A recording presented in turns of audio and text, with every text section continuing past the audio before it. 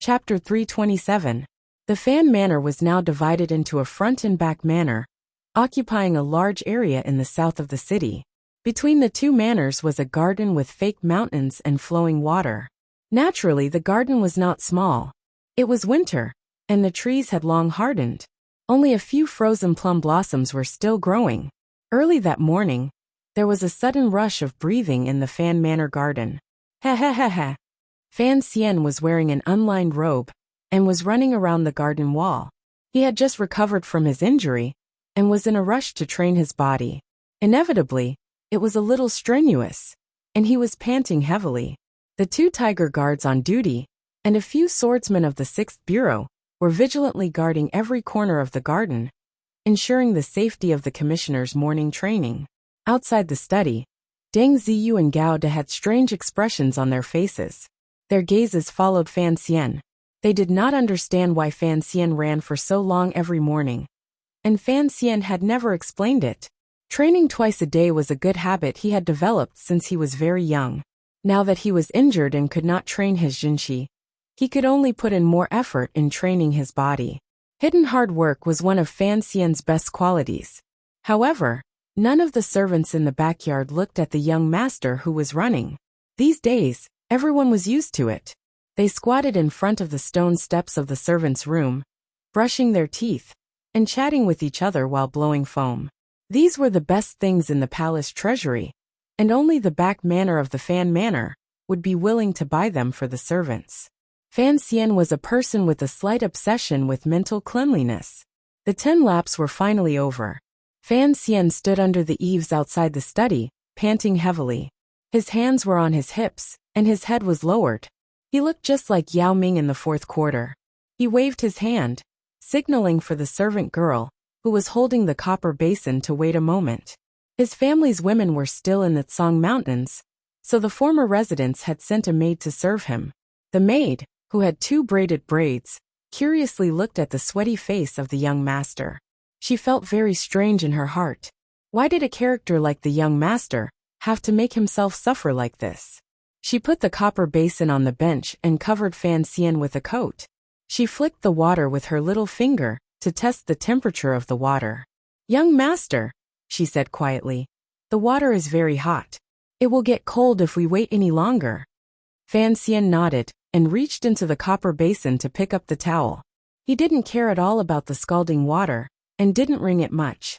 He lowered his body and placed the towel on his face, wiping vigorously. Water droplets dripped down from the towel and his cheeks.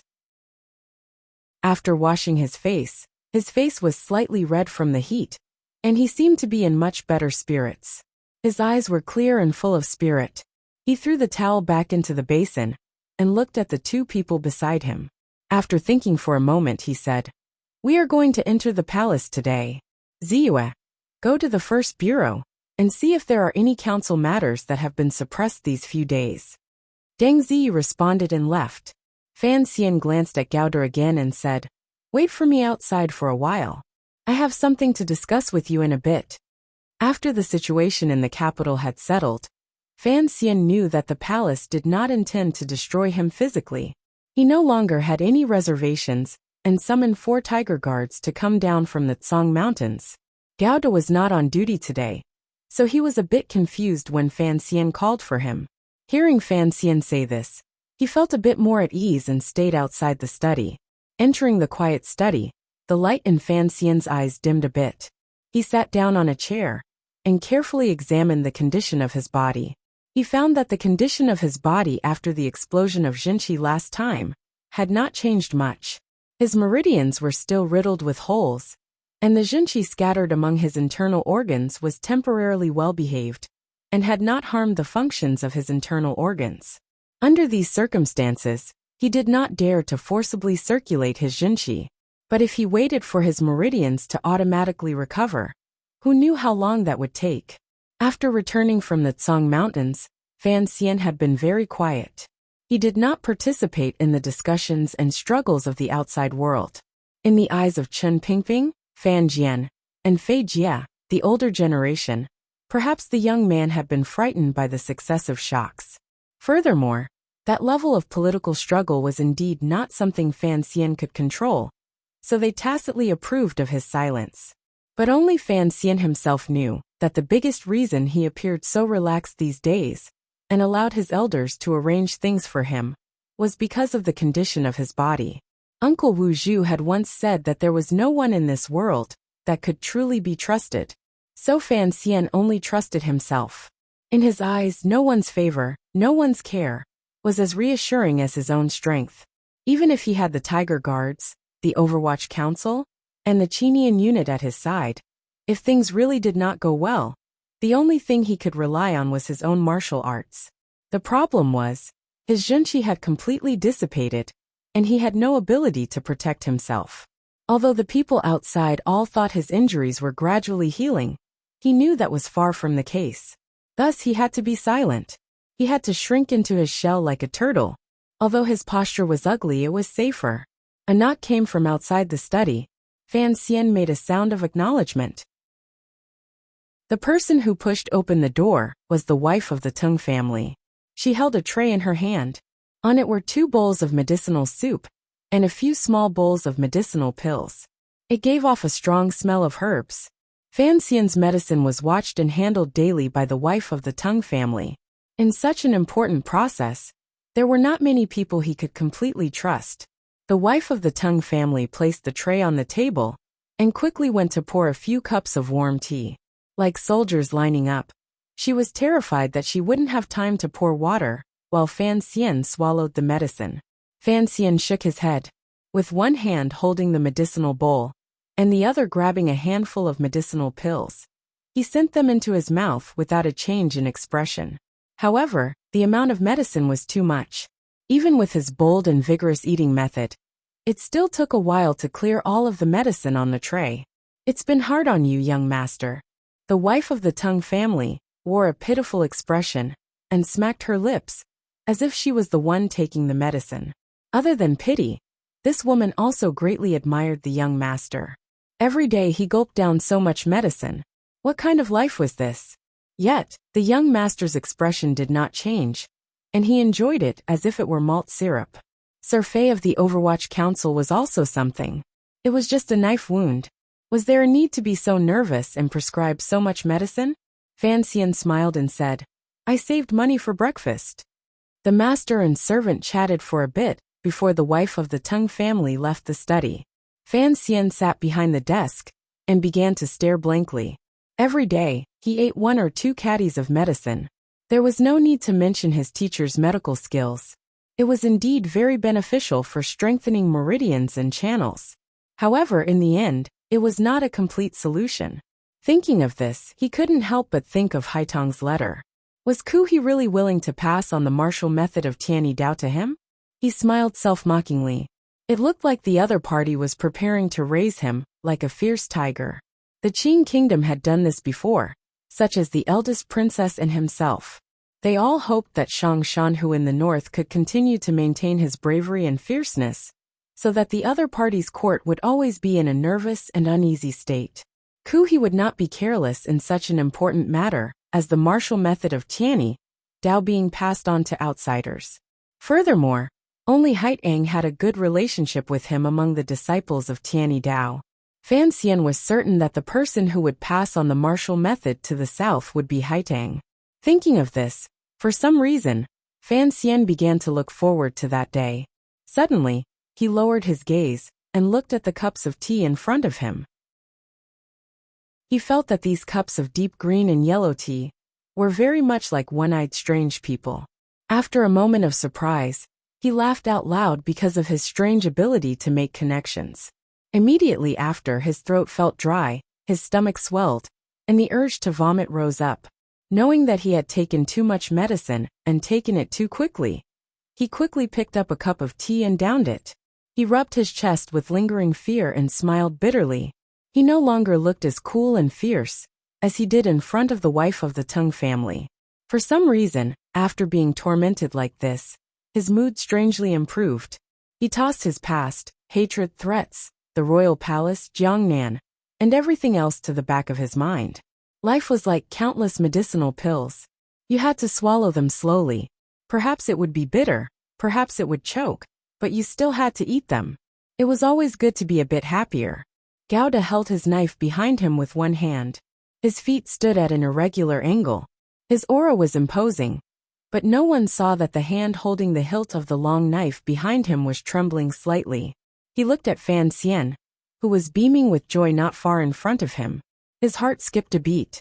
He wondered to himself why the commissioner was so happy today. It was completely unlike the mildewed state of a few days ago. After Fan Xian left the study, only then did Gouda know that the commissioner had asked him to wake up early to exchange pointers with him. Gouda knew that he was not a match for Fan Xian. Furthermore, Fan Xian had recently been heavily injured, so he would not agree. However, he was forced by Fan Xian. In the end, the two of them decided not to use Jinqi to compete.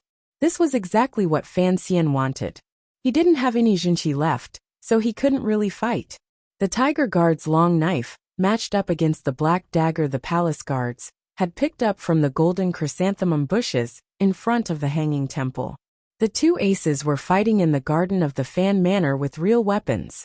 The clanging and clanging was very lively. It attracted many servants to come and watch the show. Some of the bolder ones even shouted at the top of their lungs to cheer for the young master. Unable to use Jinqi, he relied entirely on his body's control and reaction speed. In just a moment, Gouda was at a disadvantage. No technique seemed to be of much use in front of Fan Xian's reaction speed and reaction speed. There was no Jinqi attached to the weapon. Gouda suddenly discovered that Fan Xian's strength was slightly greater than his. Regarding this problem, he could not understand it no matter how he thought about it. He knew how hard he trained in martial arts. How could the commissioner be above him? Particularly now that he was facing Fan Xian. He was not only facing a superior subordinate. Whenever he thought of Fan Xian's rumored past, Gouda would always feel an unconscious fear when he attacked. As a result, one weakened and the other strengthened. After crossing swords a number of times, the hand holding the long knife began to tremble. Fan Xian's finger pulled. The slender black dagger cleverly spun a circle in his hand, drawing a circle of black light. It looked very strange. In reality, this was just a technique he had practiced in class in his previous life, before he was admitted to the hospital. However, in Gouda's eyes, this move was truly powerful. He looked at Gouda, furrowed his brows and shook his head. You can also see that my injury has healed. Don't hold back. After saying this, the tip of his foot pushed off the slightly slippery winter mud. His entire body tilted forward and charged forward quickly. A cold light flashed through Gouda's eyes. Finally, his two hands gripped the hilt of the long knife. His legs crouched slightly and he roared, "Break!" The long knife chopped down squarely and sliced through the morning air in the back courtyard of the Fan Manor. The knife came down quickly, but Fan Xian's attack was even faster.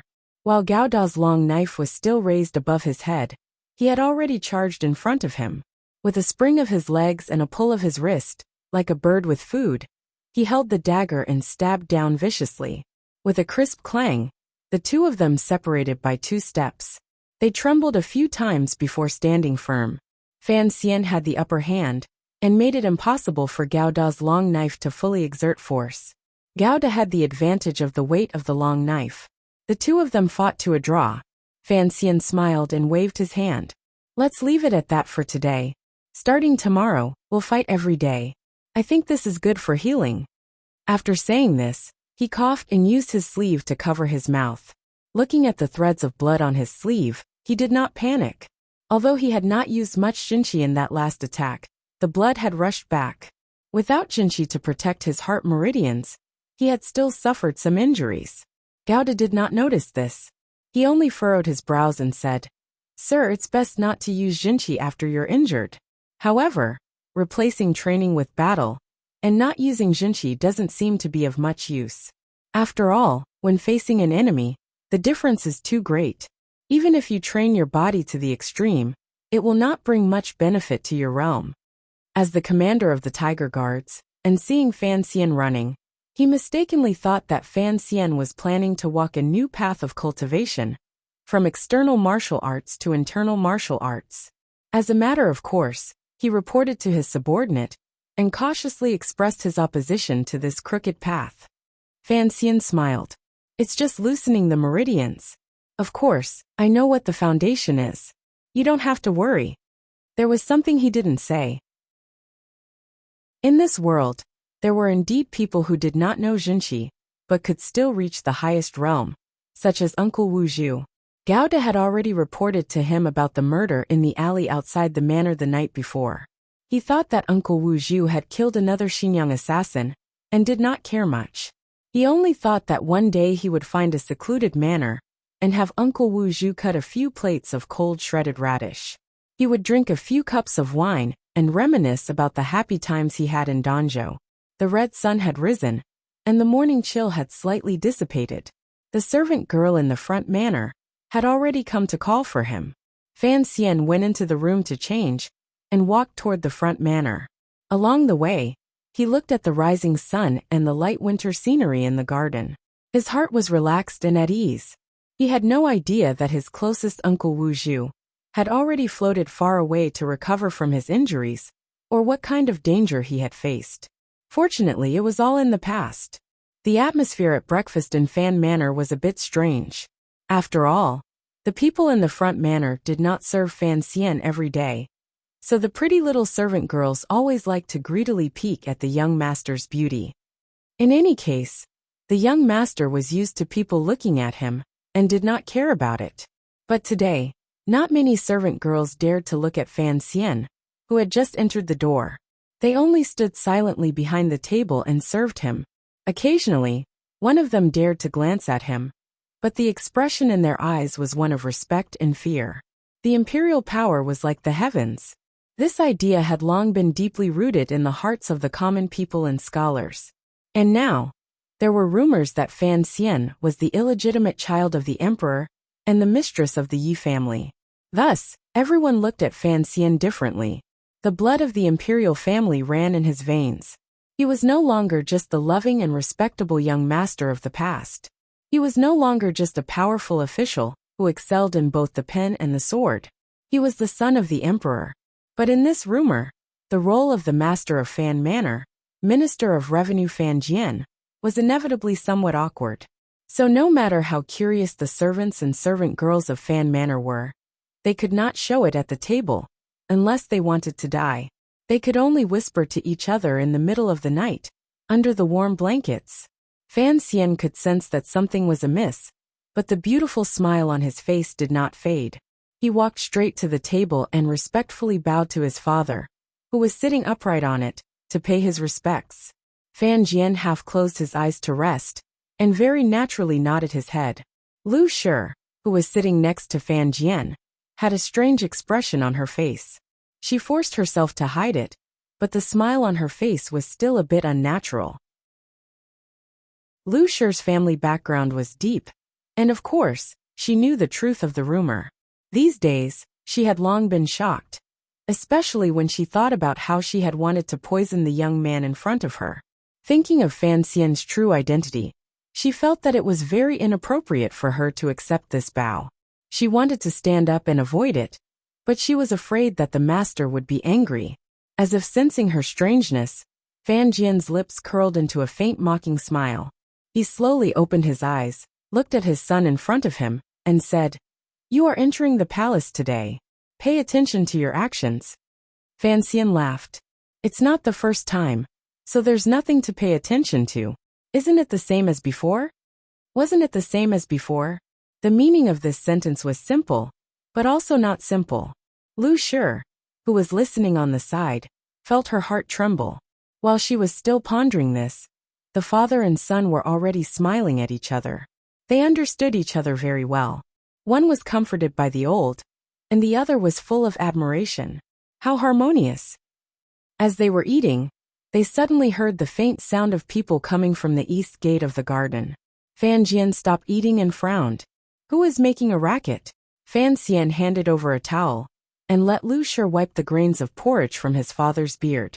He knew that ever since his father left his life in Lujing River, he had walked the path of righteousness. Seeing his father's slightly angry appearance, he couldn't help but laugh. What could possibly happen? Eat your meal in peace. A servant hurried to the door of the manor to say something, and a servant girl came in to say something. Fan Anji was shocked to hear this. He no longer cared about persuading his father to eat in peace. He put down his chopsticks and stared at the door, not knowing what to say. The mistress, Lin Wanner, and the mistress, Fan Ruoro, had already led Cece and Siki, the two servant girls, and a group of attendants back to the capital in a carriage. They had already arrived at the gate of the manor. Fan Xian looked at his father in surprise. "Father, didn't we hide this from the mountain?" Wanner and Ruoro's group had hurried back to the capital in the early morning. Presumably, they had moved yesterday and had come back overnight. They were in such a hurry that even the Tiger Guards and Overwatch Council officials, left on the mountain, hadn't had time to send a message to him.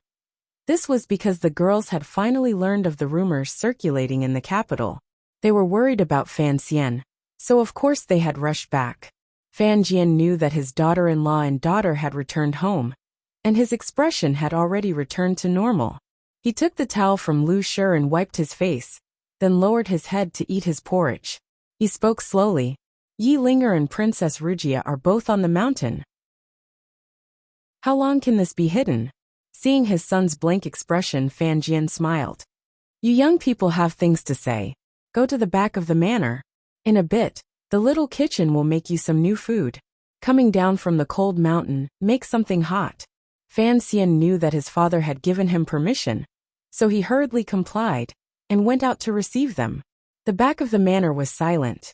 Fan Xian, Wanner, and Ruoro sat in the room like three clay bodhisattvas. It seemed that they didn't know who should speak. After all, this matter was a bit complicated. If Fan Xian were to explain, he would probably have to say a long story. If he were to let the girls ask, they didn't know what the rumors were about. Asking random questions would make Fan Xian unhappy. A moment later, it was Wanner who finally bit her lower lip and probingly asked, "Have the rumors in the capital died down?" "No." Hearing his wife's question, Fan Xian actually let out a big breath in his heart. He smiled and replied, "How can things like rumors die down so quickly? And you too, how big of a deal is this? Is it worth rushing down the mountain and traveling through the night? What if you two fall? How am I supposed to live?" He was now teaching his wife and sister a lesson, but he had forgotten that when he first came down the mountain, he was like a frightened stray dog. He had been ridiculed by Fan Jian and Chen Pingping. "I'm going into the palace in a bit." Fan Xian thought for a bit and looked at his sister, who wanted to say something but stopped herself, and his wife, whose face was full of helplessness. He smiled slightly and said, "If there is anything, we can talk about it when we get back tonight. But I want to say something first. I, Fan Xian, will always be Fan Xian. I can give you this promise." Fan Xian went out and began to prepare for the palace. Cece, with a face full of exhaustion, moved in front of him. Cece had grown up with Fan Xian. Their affection did not need to be said. More importantly, she had been influenced by Fan Xian to become very bold. There were no taboos or too many thoughts of seniority. Lin Wanner and Ruoro both had some questions that they couldn't ask, but this serving girl was more direct. She mysteriously pulled Fan Xian's sleeve and came to a quiet place in the garden. She opened her mouth and asked, "Young master, I heard from Lady Yi that your mother is the mistress of the Yi family?" Fan Xian laughed loudly and patted Cece's head. "Cece is still the most straightforward." Then he lowered his voice and also mysteriously replied, "Yes." Cece's mouth opened wide and immediately turned into a silly smile. This serving girl was older than Fan Xian by 2 years, but she still had such a soft and dazed personality. She was still not satisfied with her gossipy heart and continued to ask, "Then are you really the emperor's son?" To be continued. If you want to know what happened next, please go to www.cmfu.com. More chapters. Support the author. Support original reading. Chapter 328. Fan Xian smiled and looked at Cece until she felt uncomfortable. Only then did he retract his smile and say seriously, "You'll have to ask my mother about this." Xiao Jinyu, serious reminder. The above sentence has nothing to do with the main text. It was purely because Xiao Jin's book review made me laugh so hard that I felt it had to be the headline. The main text is below. A carriage rolled over the green stone pavement of Zinjiku, making a squeaking sound. The winter was deep and cold, and the road was already covered in ice. The four-wheeled carriage didn't dare go too fast. The driver, Su Wenmao, was carefully and gently waving his whip. Around him, the swordsman of the 6th Bureau of the Overwatch Council, wearing boots, followed the carriage forward and looked around cautiously. The members of the Chinian unit were scattered. They were disguised as common people in cotton-padded jackets and hidden in the crowd of onlookers on the street. On the carriage was the emblem of the Fan family. It was square and round, with flowing gold and black borders. Fan Xian and Gao De sat in the carriage. 2 tiger guards sat across from them. Fan Xian's expression was calm. He said, "The arrangement is too big and too conspicuous."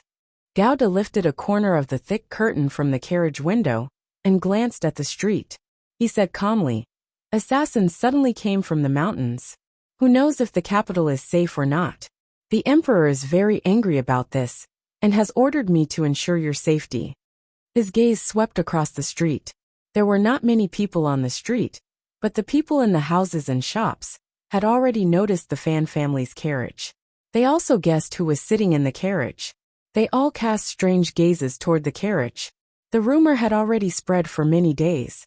The news that Fan Xian was the emperor's illegitimate child had already been deeply rooted in the hearts of the people. Looking at the direction the carriage was heading, the Jingdo people knew that Sir Fan Jr. was going to enter the palace. They couldn't help guessing. They didn't know whether or not Jingdo would provide them with even more shocking news. The royal palace seemed very close. The carriage came to a stop outside the square in front of the palace. After the Hanging Temple incident, the imperial army's defenses were much tighter. Fan Xian got out of the carriage and accepted the large robe Su Wenmao handed him. He also took a walking stick and put it under his arm. Gao De knew that Fan Xian's external injuries had long healed. He couldn't help looking at him with surprise. Fan Xian didn't pay attention to his gaze. He led everyone toward the cool and majestic red and yellow palace. Before he reached the palace gate, the imperial guards in charge of guarding had already divided into a small team to receive him. They silently but thoughtfully shielded him from the wind and welcomed him into the palace gate. This kind of treatment had always only been afforded to the old and frail officials. Even the princes could not receive such generous treatment. Fan Xian could not help but frown, feeling a little confused. He did not know that the first prince had secretly instructed his subordinates. Although the great prince did not say anything, his calm attitude was enough to let all the generals of the imperial army know that the rumors had not harmed Fan Xian's position. Furthermore, the relationship between Commissioner Fan and the great prince had long recovered. The person responsible for welcoming him at the palace gates was Eunuch Ho, whom Fan Xian had first met when he entered the palace. The two of them had long become familiar with each other. With a face full of flattery, Eunuch Ho said, "Young Master Fan, it is fortunate that I woke up early today. Who would have thought you would come so early?" Fan Xian jokingly scolded him and asked with a glimmer of confusion, "Last month, you said you were going to the bureau of Shiguan. The last few times I entered the palace, it was Lao Yao who received me. Why are you the one coming out today?" Eunuch Ho had long been promoted to the position of bureau of Shiguan. He was in charge of medicine and funerals in the palace. It was truly an important position. He was a popular figure in the palace. Logically speaking, it should not be his turn to receive Fan Xian outside the palace. Eunuch Ho smiled and said, "Lao Yao has left the palace to take care of business. The emperor had me come today to take his place for a day." Fan Xian nodded and followed him into the palace. Along the way, they passed through the large palace garden, chatting here and there. A moment later, Fan Xian finally sighed and faintly said, "These days, I've gotten used to the gazes of others. You're the best, Lao Ho, to treat me like you always have." Eunuch Ho shivered slightly. Immediately after, his heart warmed. He said in a fawning manner, "Look at what you're saying. In the future, young Master Fan will only soar higher and higher. Of course, I have to serve you carefully." Fan Xian didn't expose him. He chuckled and let it go. In reality, he did feel something. After everyone knew of his relationship with the royal family, their expressions would be somewhat unnatural. On the contrary, the eunuchs in the palace did not seem to have much of a reaction. He didn't know that the eunuchs in the Qing royal palace always maintained a balance between the princes. They did not dare to randomly vote for a master. They were not like officials. Once they voted for the wrong master, they could only die after the other side ascended the throne. On the contrary, there was a distance in their respect toward the princes. Furthermore, they served the emperor daily. Other than the crown prince, they were not overly afraid of the other three princes. Whether Fan Xian was a prince or not was not important to the eunuchs. On the contrary, it was his own position that was the reason the eunuchs curried favor with him. They walked past a few familiar palaces and finally arrived in front of the royal study. Eunuch Ho carefully spoke from outside the door. He then turned and gave Fan Xian a meaningful glance before retreating to the side. After the door opened, Fan Xian walked in on his walking stick. Standing in front of the tall bookcase, he pretended to unnaturally place his walking stick to the side and bowed deeply toward the emperor, who was reading memorials on the soft couch. The emperor didn't even raise his head. He grunted and then said, "Find a place to sit. We'll talk after I finish reading these." How could he find a place to sit in the royal study? Hong Zhu, who was standing to the side with a horsetail whisk, was very clever. He understood the emperor's meaning and quickly went to the back to bring out an embroidered stool and placed it by Fan Xian's side. Fan Xian smiled gratefully at the little eunuch and sat down. In his heart, he was thinking, why is this child's pimples still so vigorous? The emperor lowered his head as if he did not see this scene. However, a glimmer of a smile flashed through his eyes as he looked at the memorials. It was completely silent in the royal study. No one dared to speak. The eunuchs inside and outside the door did not make a single sound. This was not the first time Fan Xian had been alone with the emperor and Fan Xian. After that rumor had spread, the two of them were alone in the same room. His heart always felt strangely nervous. His chest also felt a little itchy. He couldn't resist coughing. The coughing immediately reverberated throughout the royal study. It was incomparably clear, and actually startled himself. The emperor raised his head and glanced at him. He didn't say anything, and continued to read through memorials. Fan Xian quickly sat up straight on the bench, and began to quietly watch the emperor's daily work. He knew that not many people had the opportunity to see this scene in front of him. It had been too long, and his mind wandered. He began to unconsciously observe the emperor's appearance. Although the emperor's head was slightly lowered, Fan Xian still found a few familiar shadows on his thin face. More accurately, they were places similar to his. This was probably the so-called blood relationship. The emperor read through memorials for a long time. There were many memorials on the desk. His brows were sometimes furrowed angrily, sometimes relaxed happily, sometimes silent and gloomy, and sometimes excited. The territory of the Qing kingdom was vast, with 7 roads and 26 counties under its jurisdiction. There were countless provinces and counties. Using Jingdo as the center to govern the world was a difficult task. Just the number of memorials sent in from all over the country was as numerous as snowflakes. If it was an emperor who followed the principle of ruling from above, perhaps he would give power to the cabinet and go sightseeing every day. However, the current emperor of the Qing kingdom was clearly not willing to be a muddle-headed ruler. He did not relinquish any of the kingdom's power. Thus, he did not hesitate to chase Prime Minister Lin Ruofu out of court and only set up the Hall of Governmental Affairs. This is practically self-torture. Fan Xian calmly watched the scene in front of him. A cold smile flashed through his heart. Being an emperor was indeed not an interesting matter. In comparison, growing flowers like King Jing seemed to be a pretty good choice. The sun gradually moved to the middle of the sky. After the sunlight shone down through the layers of cold clouds, it had been frozen until it lost all its heat. The people in the palace seemed to have forgotten the time. The emperor finally finished his morning edits and closed the last memorial. He closed his eyes and slowly rested his spirit. In the end, he even stretched. The eunuchs filed in. Towels, calming tea, pastries, and incense began to be applied to the emperor's body and stomach. Fan Xian noticed that the towels did not give off a sliver of cold air in this winter. He furrowed his brows and asked, "Your Majesty, is this cold?" The emperor made a sound of acknowledgement and took the towel to rub his face forcefully.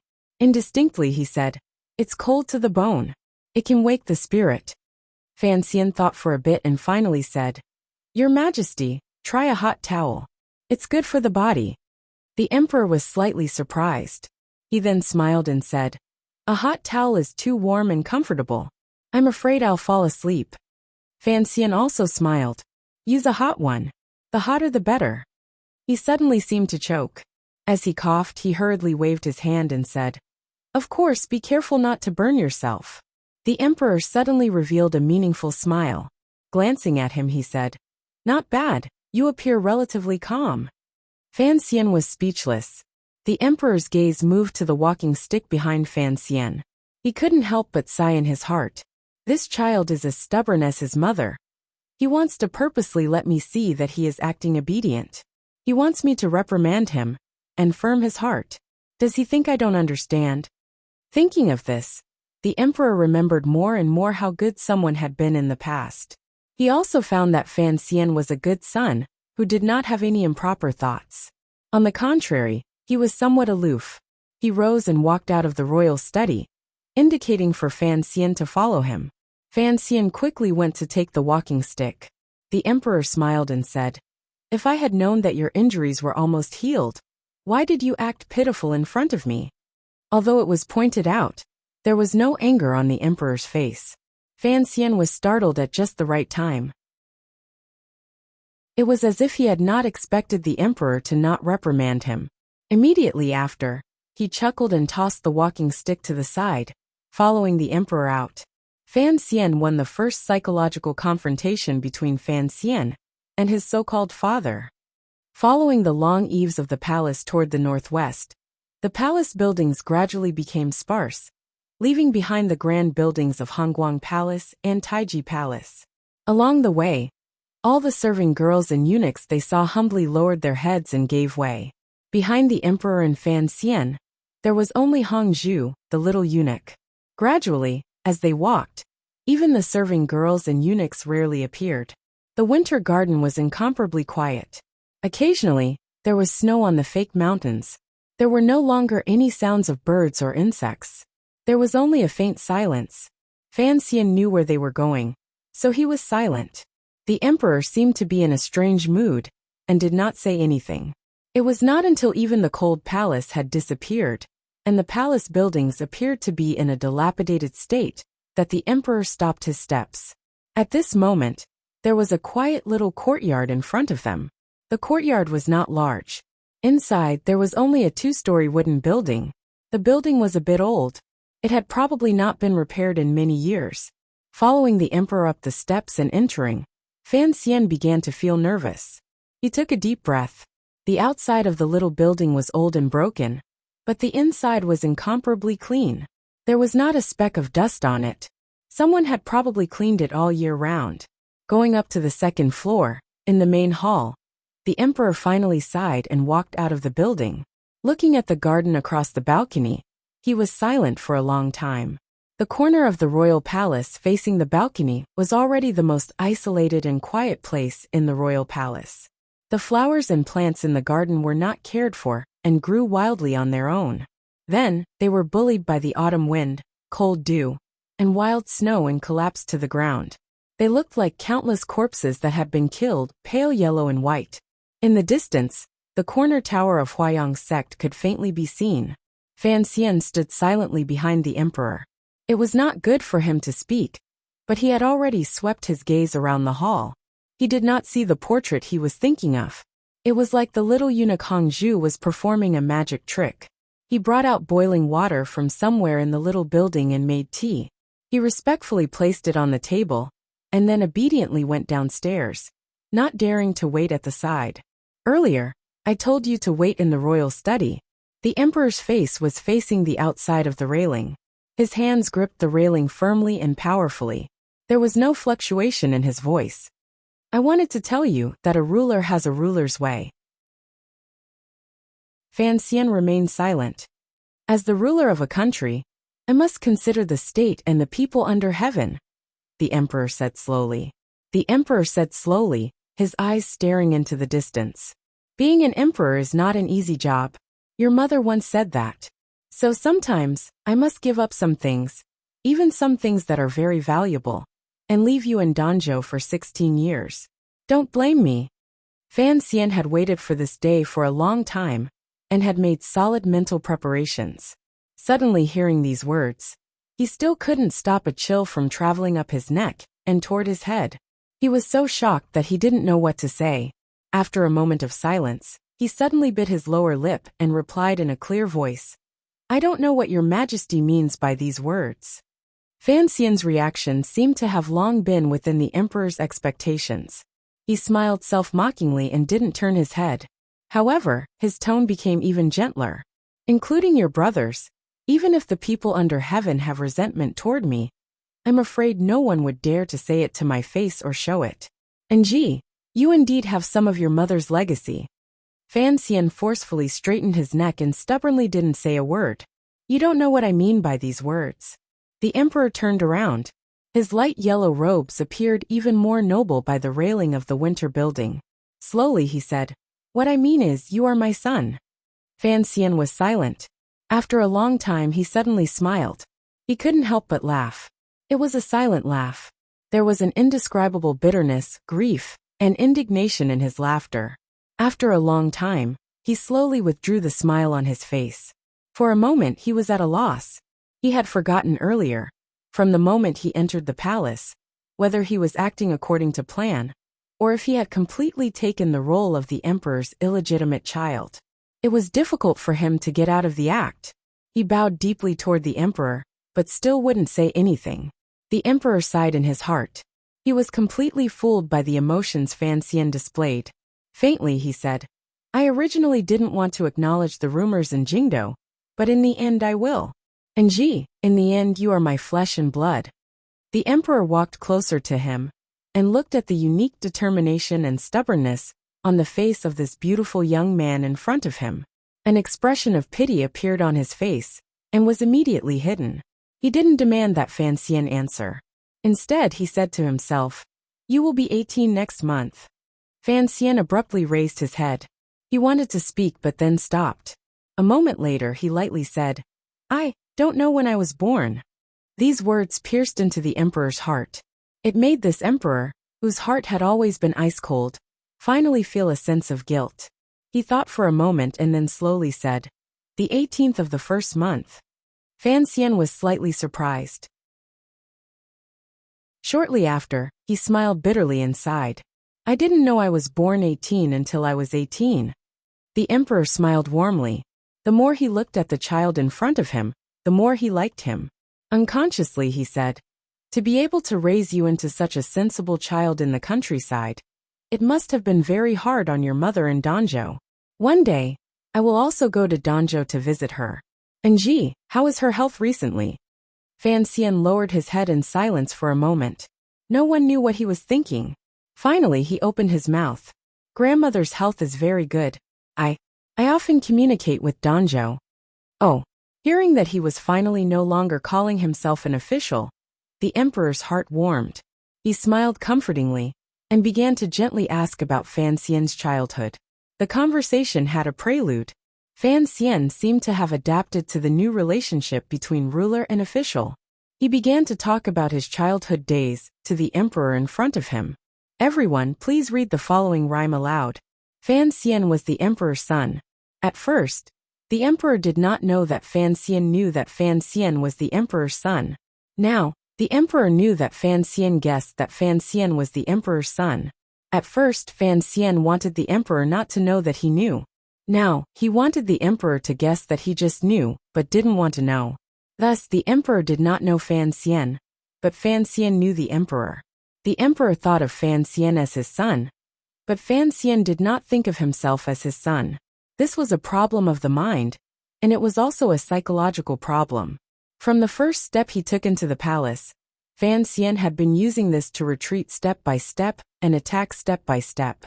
It finally quieted upstairs. This pair of father and son, each with their own ulterior motives, sat apart, drinking tea and chatting. Although Fan Xian still did not speak, his expression had already calmed. His conversation with the emperor was no longer restricted to the memorials between ruler and official. He could talk about the gossip outside the palace, his life these years in Danzhou, and the small matters of his family. Thus, the emperor began to revel in this kind of atmosphere. This was exactly what Fan Xian needed. Chapter 329. As the ruler of a country, he had many matters to attend to. He could not always stay in this remote part of the palace. He didn't know which part of the country had something happening. The head eunuch of Taiji Palace put on a thick face and took a great risk to come outside the building. He bitterly reported downstairs many times before finally successfully inviting the emperor to come downstairs. Seeing Commissioner Fan standing behind the emperor, the head eunuch silently groaned in his heart. No wonder the palace could not find the emperor. It turned out that the father and son were playing a tearful game of recognizing each other. He had rashly come and disturbed the emperor and made him unhappy. He didn't know how many beatings he would receive. The emperor's expression was indeed not good. Of the sons he had, the one he admired the most was Fan Xian. After Fan Xian entered Jingdo, he had brought too much glory to him and the entire Qing kingdom. Furthermore, he was intelligent and sensible. He could be of great use. The most important thing was that he had saved the third brother in the floating temple. And now that he had refused to acknowledge him, it was easy to see that under the child's sloppy appearance, there was a loyal heart. His methods seemed to be cruel, but they were all filled with the intention of moderation. In the heart of this middle-aged emperor, how could he not have felt a sliver of unreasonable jealousy toward Fan Jian? In the end, the emperor was only a mortal. Now he could finally recognize Fan Xian. Although Fan Xian had not spoken, the atmosphere was enough to make the emperor happy. However, at this time, someone had come to disturb them. Of course, his mood was not very good. At this time, there were too many people inside and outside the building, so it was not good for the emperor to say anything more.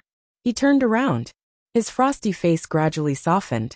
Gazing at Fan Xian's beautiful and somewhat familiar face, he quietly said, "You've seen and said earlier, as the ruler of a country, there are always too many things that you have no choice but to do.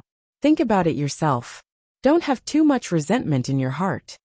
Given the dignity of the emperor, even if the person in front of him was his own son, he would not lower himself to speak like this. Other than not expressing apology, these words had already expressed enough. Fan Xian did not continue to pretend. He bowed deeply and seemed to be moved. The emperor suddenly furrowed his brows and thought of his sister far away in Xinyang. He couldn't help but feel a headache coming on.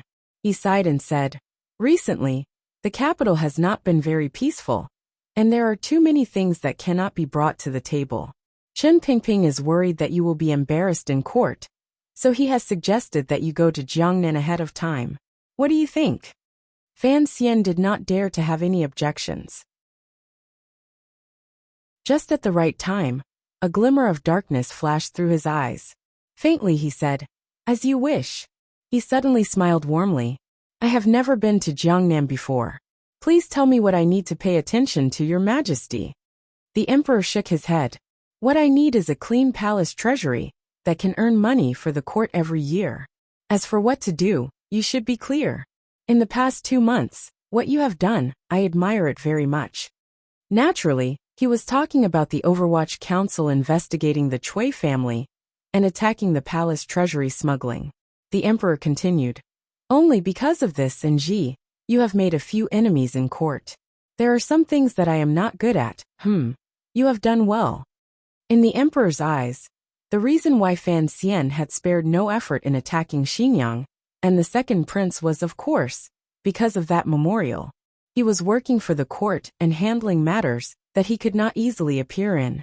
After a moment of silence, Fan Xian opened his mouth and said, "From now on, I am still willing to be Your Majesty's lone official." The emperor was very satisfied with Fan Xian's attitude.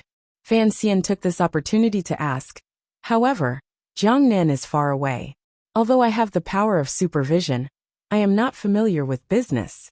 If all matters were to be led by the council alone, I am afraid I would not be able to investigate clearly. Your Majesty, He gritted his teeth in front of the emperor and said, I would like to borrow Qingyu Hall. The emperor was surprised. After a moment of silence, he asked, The shopkeepers of Qingyu Hall are naturally familiar with the affairs of the palace treasury. However, according to the rules of the court, they are not allowed to leave the capital. He suddenly felt that saying this in front of Fan Xian was not very kind. He coughed twice and said, Nji, you are asking me for people in front of me. Are you not afraid that I will suspect your intentions? Fan Xian straightforwardly said, The land of Putian is not the land of the king. Since I have brought it up in front of you, I naturally believe that your Majesty deeply believes in my loyalty. The emperor stared at him, but his heart was quickly circling. Back then, the Yi family had deep roots and could almost shake the system of the country.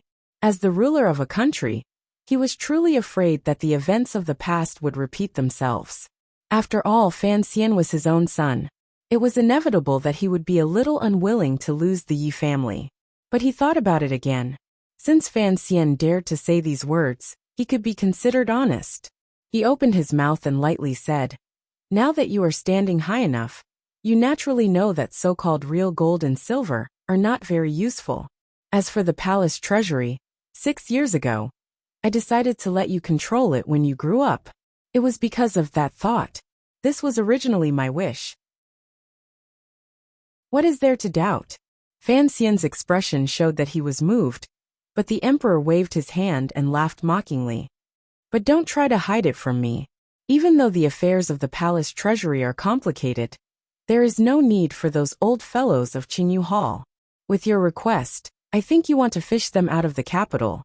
Fan Xian did not argue. He sadly sighed and said, I dare not lie to your Majesty. I do indeed have this thought. From the first day I found out about my past, I had this thought. Last year, I even went to Qingyu Hall to see. Those shopkeepers are confined to the capital all year round. It is truly a bit awkward. These people are not even 50 years old. If they were released into the capital, they could still serve the court. Last year, he had taken a trip to Qingyu Hall. He knew that this matter would one day be discovered by someone with ulterior motives, so he might as well say it in front of the emperor. The emperor seemed to be surprised by his calmness. After a moment of silence, he finally nodded. Fan Xian was overjoyed. The emperor laughed in spite of himself. You can't take them all. The manors of the nobles are all managed by Qingyu Hall. If you take them all, I'm afraid King Jing will be the first to not forgive you. Fan Xian chuckled. The emperor smiled slightly and said, Of all of them, only Prince Huqing dares to stand up straight and speak in front of me. His temperament is calm and fierce. How about you? He stopped and said, There is a painting in the side room upstairs. Go take a look in a moment. Although he clearly knew that the painting was in the royal palace, Fan Xian still showed slight hesitation and asked, What painting? The emperor said, The only painting your mother left in this world. Thinking of Xiao Yezi, his gaze softened. In a quiet voice he said, You have never seen her. Take a good look at her in a moment. Speaking of which, your mother and you are not very similar. Fan Xian was slightly startled. He then heard the emperor sigh and say, Although they were both incomparably beautiful, their temperaments were very different. She was like a man, and did not give in to men. Otherwise, she would not have such a name. Back then, she hated the so-called poems and songs the most, so she could only practice them. Thinking of the son in front of him, who was the most famous poet in the world, the emperor suddenly felt that the matter was interesting. He laughed loudly and pointed at Fan Xian. Although the poems she made had the power to swallow up the wind and clouds, they only matched her temperament. The difference from yours is too great, too great. Hong Zhu looked at the eunuch's anxious and urging gaze outside the building. Hearing the emperor and Sir Fan Jr.'s happy conversation, he did not dare to go forward and disturb them. Fan Xian smiled and asked curiously, Mother, have you heard the poem she made before? Only one. The emperor leisurely thought back to the past and recited in a clear voice, The scenery of the north, 1,000 li sealed in ice, 10,000 li of snow floating. Inside and outside the palace, there was only a vast expanse. Up and down the great river, There was suddenly no torrent. The mountains danced like silver snakes. The plains rode like wax elephants, wanting to compete with the heavens. On a clear day, looking at the red makeup and plain clothes, it was exceptionally enchanting. The rivers and mountains were so beautiful, attracting countless heroes to bend their backs. Pity Emperor Han Wu of Wei, slightly lacking in literary talent. Ancestor song of the Tang sect, slightly lacking in elegance. The pride of a generation, the Khan of the Western savages, only knew how to draw a bow and shoot a large eagle. It is all in the past. Counting the distinguished figures, we will still look to the present. Emperor Han Wu of Wei, ancestor song of the Tang sect? Fan Xian's expression was very interesting. So interesting that he was about to cramp. The emperor glanced at him with disapproval and scolded. Do you think this poem is not good? Fan Xian said with a pained expression. Naturally, it is full of vigor. However, I do not know who this Emperor Han Wu, Tang sect and ancestor song are. He thought to himself, Mother, if you want to change, then change it completely. What Khan of the Western savages? I have truly lost to you. The emperor explained. Rumor has it that they were the 3 heroes of a generation from ancient times. Fan Xian was speechless. He thought that his mother's skill at making excuses was very similar to his own. It was just like that night in Shangjing, Northern Qi, with Zhuang Mohan. Anything that could not be explained clearly would be pushed back to ancient times. He had occasionally seen it in the annals of history. But where was the annals of history? Sorry, I tore it up to use in the toilet. The eunuch asked again and again, and the emperor finally left the little building. As he left, there was no trace of sadness in his thin figure. There was only Hong Zhu and Fan Xian left in the little building. Watching the emperor's figure disappear behind the layers of hanging frost branches, Fan Xian finally couldn't resist exploding. Holding his stomach, he laughed loudly. Ha ha ha ha. The sound rang through the little building with unspeakable joy. To the side, Hong Zhu was dumbstruck. He wondered if Commissioner Fan had been greatly affected by what had happened today. Should he ask the royal doctor to come and take a look? After a long time, Fan Xian finally stopped the ridiculous laughter brought about by spring in Qin Garden. His stomach hurt from laughing. Breathlessly, he said to Hong Zhu, It's nothing, I'll go up myself. Wait for me downstairs. As he walked up the stairs, Fan Xian still couldn't stop himself from wanting to laugh. That woman called Yi Qingmei was truly a wonderful person. She didn't copy thousands of good poems, but she had to copy this one. He guessed that she had been forced into a corner by Emperor Fan Jian and his group of people. However, perhaps Old Mao's poem suited that woman's state of mind? By the time he reached the top floor, Fan Xian's smile had completely disappeared. He had recovered his usual calm. Placed in a feudal dynasty, the poem his mother copied was truly an antinomian poem. The emperor could say it, but she couldn't. No wonder she had such a serious conflict with the royal palace in the end. He smiled coldly in his heart. He threw all of the true feelings of the emperor to the back of his mind and did not think about it again. Arriving outside the side room, Fan Xian casually picked up the cup of cold tea on the table and pushed open the door. Stepping over the threshold, he did not hesitate or tremble. Calmly, he stood in front of the portrait. In the painting was a yellow-robed woman. In the background was a surging river. The woman stood on a green rock by the river. The skirt on her body swayed gently in the river wind. She faced the direction of the river. The turbid waves in the river rose into the air, slapping against the rocks and turning them into mud.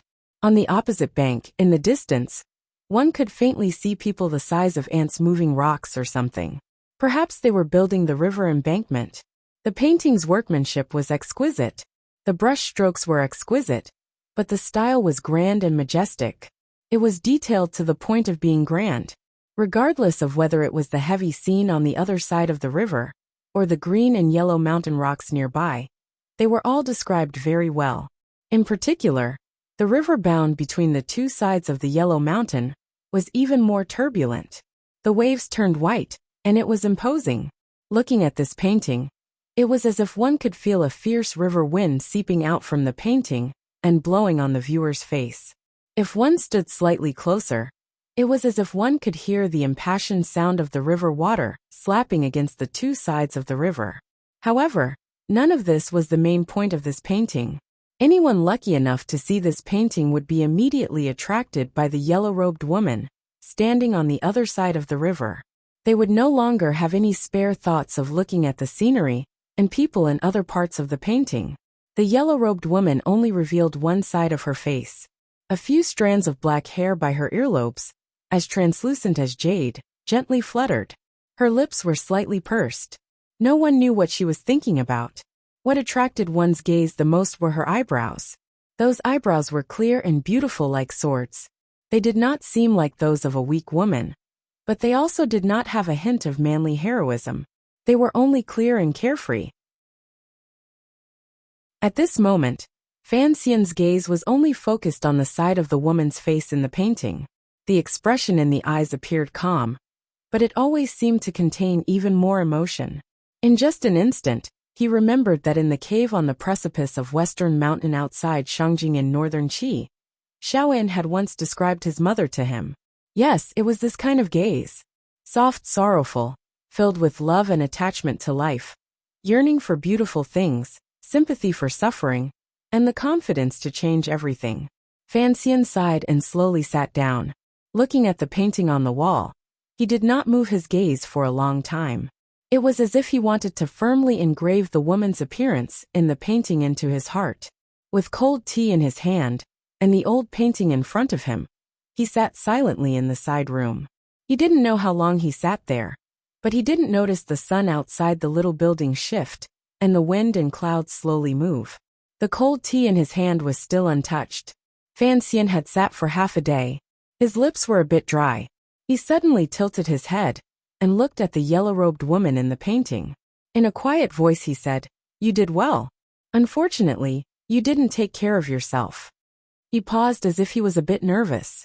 He wanted to organize a more suitable words to say to the woman in the painting. "Of course, I didn't do as well as you, but please don't worry. I will certainly take care of myself." He stood up and looked calmly at the painting. In a quiet voice he said, "I'll leave you here for now. Presumably, he won't let me take it away. In a few days, I will often come to see you." He didn't know how much time would pass. Fan Xian moved closer to the painting and suddenly smiled brightly. Full of vigor, he smiled and said, "It's all in the past. It's all in the past. Let me deal with the romantic figures." After saying this, he rose and left the side room. The room was completely silent. The door suddenly creaked and was hurriedly pushed open. Fan Xian returned and stood in the side room again. Looking straight at the woman in the painting, he abruptly opened his mouth and asked, "Science? A female doctor?" Naturally, the woman in the painting could not answer the question her son would ask many years later, so she only remained silent. Fan Xian's heart involuntarily ached. Shortly after, he chuckled and hid the wetness in his eyes. Sincerely, he bowed and said, "Thank you." Then he actually left. The yellow-robed woman in the painting did not turn around. She only looked at the scene across the river. She was silent with her back to the door behind her. No one knew how long it would take for it to open again. Originally, I had written a few hundred words, but this chapter can only end here. This is the only way to express my sincerity towards Yi Qingmei and myself. Today, I am 30 years old. In life, I always think about all sorts of things. So today, I am also inexplicably sad and angry, crying bitterly. I really don't want to be 40. Fortunately, the Vermilion Bird Chronicles is finished, and I am satisfied with it. Then I have an explanation for my life, and I can slowly explain it in the future. This kind of life can be considered relatively happy, because I really like writing and making up stories. And on the day I was born, I just happened to write this chapter. It is also a kind of happiness. Finally, I recommend a book, Magical Acupuncture. It is not a friendly recommendation. I only read it because a friend recommended it. I don't understand Chinese medicine, so I just wanted to read it for fun. But in some of the details, I can see the sincerity of YY. I like it. P.S. I will definitely be drinking today, so I may update later tomorrow with fewer updates. Chapter 330. Walking out the door, Fan Xian put down the cup of cold tea in his hand. With a clang, the teacup accurately landed on top of the other teacup on the table. The two teacups were stacked on top of each other, and not much tea spilled out. Pressing the teacup against the previous teacup was a very ordinary and casual action. He came down the stairs and quietly said something to Hongzhu. The two of them left the little building and followed the cold stone path in the palace in that direction. After seeing Fan Xian out of the royal palace, Hongzhu circled around Taiji Palace and went through the curved stone door to the royal study to give his report. Along the way, he joked with the palace maids and chatted with the little eunuchs for a while. It was an indescribable joy. The eunuchs and serving girls were also surprised. They thought, ever since eunuch Hongzhu had been at the emperor's side, his status had risen. Even his temperament had become steadier and more ruthless. What had happened to make him so happy? Seeing that the royal study was not far away, Hongzhu came to his senses and knew that he had acted a bit too much. He quickly stopped in his tracks and grabbed 2 handfuls of snow from the mountain rocks by the side of the road. He fiercely rubbed at his face, forcefully cooling the heated skin on his face. Only then did he relax. He coughed lightly a few times and imitated Eunuch Hong, the ancestor of the eunuchs in the palace. With a deadly serious expression, he pushed open the door to the royal study. At this moment, the emperor was arguing with Shu the scholar about something. Their voices were very loud. This Shu the scholar was truly daring. He did not yield an inch in front of the emperor. He could only vaguely hear that it was some river channel transfer of funds and Ministry of Revenue matter. Hongzhu's ears perked up, and he waited to the side. He didn't even dare to breathe too loudly. He knew exactly what it was for Shu the scholar to have the courage to go against the emperor. This winter was a good time to dredge the river. The Hall of Governmental Affairs had already drawn up the rules 2 months ago. They were only waiting for the Ministry of Revenue to gather silver before organizing the various provinces and counties to recruit people and repair the river. However, he had not expected that the Ministry of Revenue would not be able to take out so much silver. The shortfall was too great and seriously delayed the repair of the river. Thus, Minister Fan became the target of public criticism. If it were not for the emperor's protection, Minister Fan would have asked to resign no matter what. The kingdom of Qing was in its golden age, yet the national treasury could not take out enough silver. The Hall of Governmental Affairs asked the Ministry of Revenue, but the Ministry of Revenue did not know anything, only saying that the palace had transferred it. But the palace's expenses had always come from the palace treasury. Could it be that the palace treasury had fallen to such a state? The matter of the palace treasury involved the eldest princess and the face of the royal family. Furthermore, the Overwatch Council had recently been investigating the Cui clan, and the spearhead was pointed at the palace treasury. At this time, the officials in the court could not ask the emperor directly. As a result, Grand Scholar Shu's trip to the palace came about. It seemed that the interaction between the monarch and the minister was not very peaceful. The emperor coughed and vaguely said Fan Xian, Jiangnan, and a few other indistinct words. Shu the scholar's expression finally improved a little. It was as if he believed that after Fan Xian went to Jiangnan, he would be able to solve the Qing kingdom's financial problems. The old scholar lowered his voice, but his face was full of worry. I'm afraid that we won't make it in time. What if there's another flood next year? The affairs of Jiangnan are complicated. Even if Commissioner Fan is exceptionally talented, if you want to sort it all out, it will probably take a year. Even if the heavens are looking out for you next year, what about the year after? The emperor smiled and comforted Shu Wu. Fan Xian will leave in a few days. He should be able to make it in time. Shu Wu made a sound of acknowledgement and left the royal study with a smile. In reality, both monarch and official were experienced and prudent people. How could they truly stop worrying just because a young man like Fan Xian was going to Jiangnan? Furthermore, what Shu the scholar was fighting for was not just these things on the surface. As the head of the civil officials in court, he needed the emperor's stance on what to do with the palace treasury. More importantly, after the 2 rumors had come out one after the other, how exactly was the court, or rather, the palace, going to deal with Fan Xian? The royal family played with mysteries and kept many things a secret. However, the system of officials in court could not stand this. Everyone was anxious and always wanted a definite answer. Since the emperor had clearly stated the date of Fan Xian's departure from Jingdo, it was to announce that the management of the palace treasury would certainly begin, and it would begin very forcefully. It was also to tell the officials in court through Xu Wu that Fan Xian's identity had temporarily come to an end. Regardless of whether he was a remnant of the rebellious Yi family or the emperor's illegitimate child. In any case, he had already left Jingdo. Stop guessing blindly and let the matter fade. Hongzhu. The emperor suddenly woke from his deep thoughts and asked, what was his reaction earlier? Hongzhu was startled and quickly replied in a low voice. There were glistening tears in Commissioner Fan's eyes and an expression of relief. He once laughed loudly 3 times in the building, but I don't know why. At such a young age, he was able to personally follow by the emperor's side. Naturally, he was more quick-witted than most people. Of course, he knew that the emperor spoke of was Sir Fan Jr., who had just left the palace.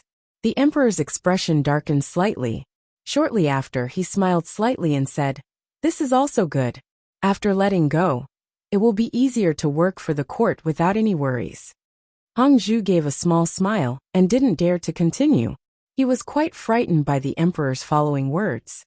Starting next month, go serve at the empress's side. The emperor caressed a piece of calming jade in his palm and said casually. It was like a bolt of lightning striking the little eunuch's heart. With a thud, Hongzhu knelt down stiffly on the ground. Crying, he said, Your Majesty, I don't know what I did wrong. Please, Your Majesty, beat me to death, but don't chase me away. The emperor furrowed his brows and looked at him. He said with disgust, what kind of future do you have? I wanted you to go to the palace to be the head eunuch. I promoted you, yet you are so scared.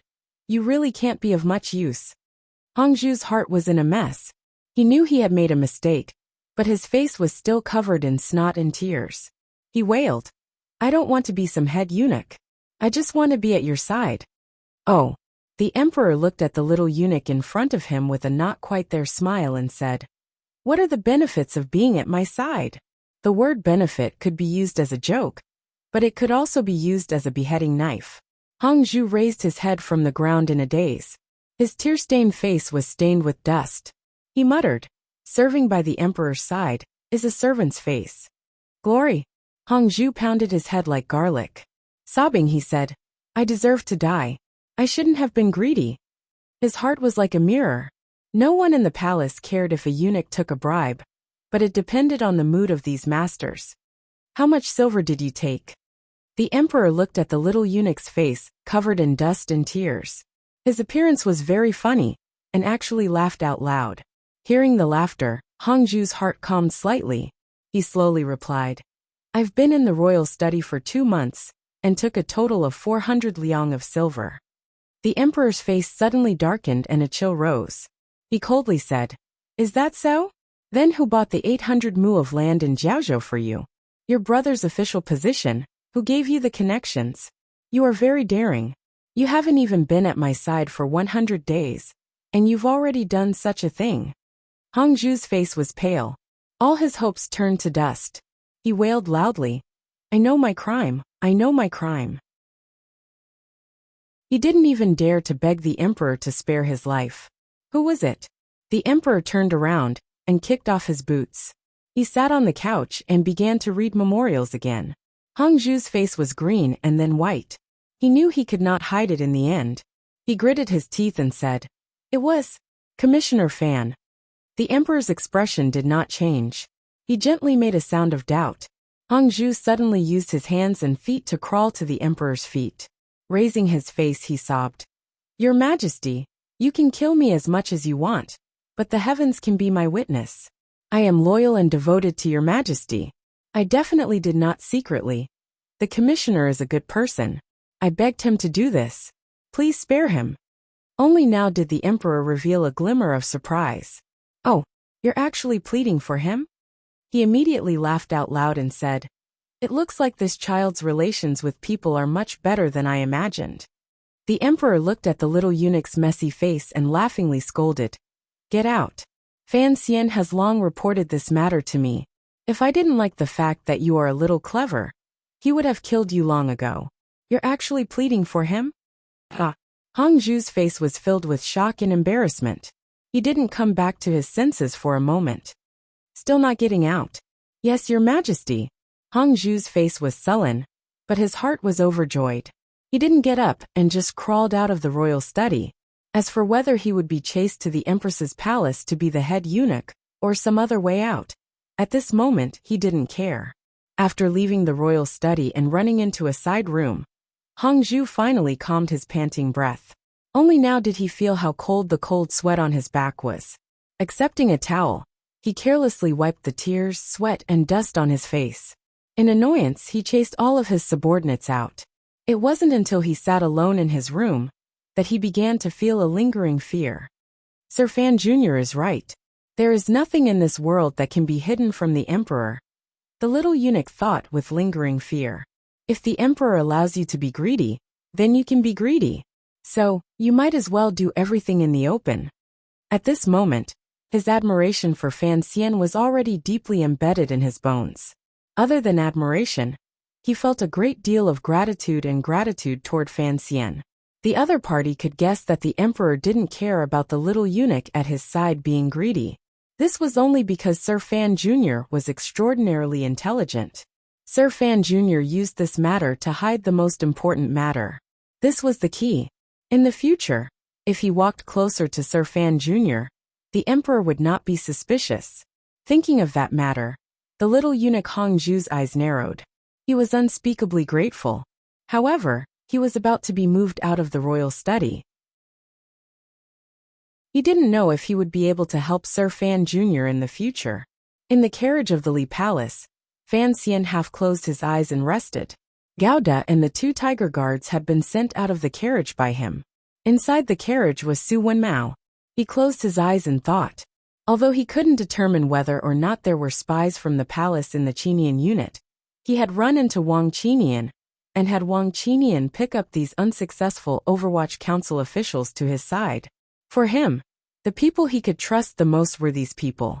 If he wanted to do something, he could only trust them. Is there any conclusion to the Yingzhou matter?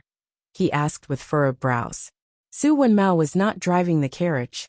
He carefully listened to the movements outside the carriage before quietly saying, "Sir, don't worry. After the Yingzhou Zhizhou was imprisoned, he died of illness. He didn't go through the council's methods and used your medicine. The coroner won't be able to find anything." Fan Xian nodded. If it can be confirmed that it is safe, then don't touch the Zhizhou's family. This matter ends here. You should know what to do. Su Wenmao nodded. He knew that the commissioner had warned him to keep it a secret.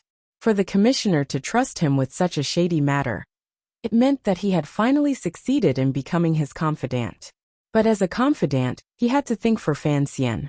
He still disapproved of this matter in the depths of his heart.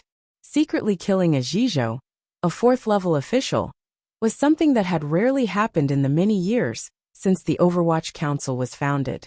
In the future, if nothing happened, the entire Overwatch Council would be out of luck. Furthermore, the Zhizhou had no faction, and was a pure student of the Emperor. Seeming to guess what Su Wenmao was thinking, Fan Xian smiled coldly. That Zhizhou had no regard for human life, and forcibly seized the property of the villagers. He traveled with bandits and massacred villages and exterminated clans. I only took his life, and that was already going easy on him. Su Wenmao said with concern. Sir, although it is so, we never had concrete evidence. The captured bandits are very tight-lipped, and refuse to testify against the Zhizhou. Nonsense, Fan Xian said. If I could have evidence, why would I use such methods? Su Wenmao shook his head in disapproval. In the end, it is still too risky. In the worst case, you could write a memorial to the Hall of Governmental Affairs, or even skip the Hall of Governmental Affairs, and directly report to the Emperor. Although there is no concrete evidence, the Emperor would still take the Zhizhou for your sake. Fan Xian smiled and shook his head without saying anything more. The matter of that Zhizhou must not be known to the Emperor. He closed his eyes and leisurely rested, but his mind was spinning quickly. The reason he had to deal with the Zhizhou so far from Jingdou was because he wanted to do the little eunuch Hongzhu a favor. A huge favor. One that Hongzhu would have to repay in the future. The little eunuch Hongzhu, who worked in the royal study, was from Yingzhou. His original surname was Chen. When the Zhizhou who had been killed by Fan Xian was still a county magistrate, he had once forcefully taken away the Chen family business because of a certain mountain product. Unfortunately, the Chen family had produced 2 scholars. Naturally, they did not agree. They crossed mountains and ridges, and crossed prefectures to file a lawsuit. They even said they would take the lawsuit all the way to Jingdou. In his terror, the county magistrate made a vicious move. In the middle of the night, he colluded with bandits and forcefully destroyed the Chen family. It was unknown how many people died that night. Hongzhu and his brother were still children at the time. After playing on the mountain, they forgot to go home. They were lucky to escape this tragedy. The 2 brothers were smart. They crossed the mountain that night and begged all the way to Shandong Road. They no longer dared to go to the Yamen to file a complaint. They only struggled to live in the mortal world with great difficulty. Finally, one day, the 2 brothers could not endure it anymore. Little brother Chen, who was now Hongzhu, learned a magical martial art and threw himself into the palace with blood in his crotch. After entering the palace, little brother Chen lived a timid life. He was bullied by older eunuchs and pinched by damned old serving girls. Under the humiliation, fear grew. He didn't even dare to say his surname. Coincidentally, one day, little brother Chen was carrying water and passing by the side of Hongguang Palace. He ran into old eunuch Hong sleeping and resting outside the room. The old eunuch was only wearing old clothes from many years ago. He was not wearing palace robes. Little brother Chen did not recognize the other person's identity. He looked at the old eunuch leaning against a broken bamboo chair, with a few flies flying around his face. He felt that this old eunuch was so pitiful. They were both people who had fallen to the ends of the earth. But little brother Chen still had a warm heart. Thinking that he had nothing to do, he went back to the room and took out a broken palm leaf fan. He began to fan eunuch Hong to chase away the flies. When old eunuch Hong woke up, it was not like the usual scene in the story, where the little eunuch Chen was taught the supreme divine skill and accepted as his little brother, allowing him to do whatever he wanted in the palace and eat and drink well everywhere. It was just the kindness of a fan. Eunuch Hong knew that the little eunuch did not have a surname, so he only gave him one word, Hong. At the time, the old eunuch was lying on the bamboo chair, so he casually let him be called Zhu. This was the origin of the name Hongzhu, the later popular great eunuch. From that day on, old eunuch Hong no longer cared about Hongzhu's life or death. He didn't even say a word to him. Even after Hongzhu went to the royal study and tried to find ways to curry favor with old eunuch Hong, the old eunuch ignored him. However, the little eunuch had a name. His surname was Hong, and his name was Zhu. The surname Hong represented something special in the palace. Furthermore, old eunuch Hong did not express any opposition. Gradually, people began to spread the word that Hongzhu was old eunuch Hong's new adopted grandson. No one dared to bully him anymore. On the contrary, they had to curry favor with him. They begged him to do any easy or dignified work. Hongzhu was a clever person. After experiencing the tragedy of his childhood, his temperament was very steady. There were also so many opportunities in front of him. In addition, old Dai had lost power, and the people in the palace had changed several times. This allowed the little eunuch's luck to flourish. He entered the royal study and began to work at the emperor's side. This was the so-called opportunity. He had seen a lot and knew that the royal palace was just like this. The Zhizhou was not a high-ranking official. The fire of revenge in Hongzhu's heart began to burn. However, he was young and did not know how to do it. He had no idea how to proceed. Was he supposed to directly state his grievances to the emperor? He didn't have the guts. Coincidentally, at this moment, heaven sent a person in front of him. The carriage jolted. Fan Xian slowly woke up and yawned. His spirit appeared a bit weary. The matter of Hongzhu had been dug out by him.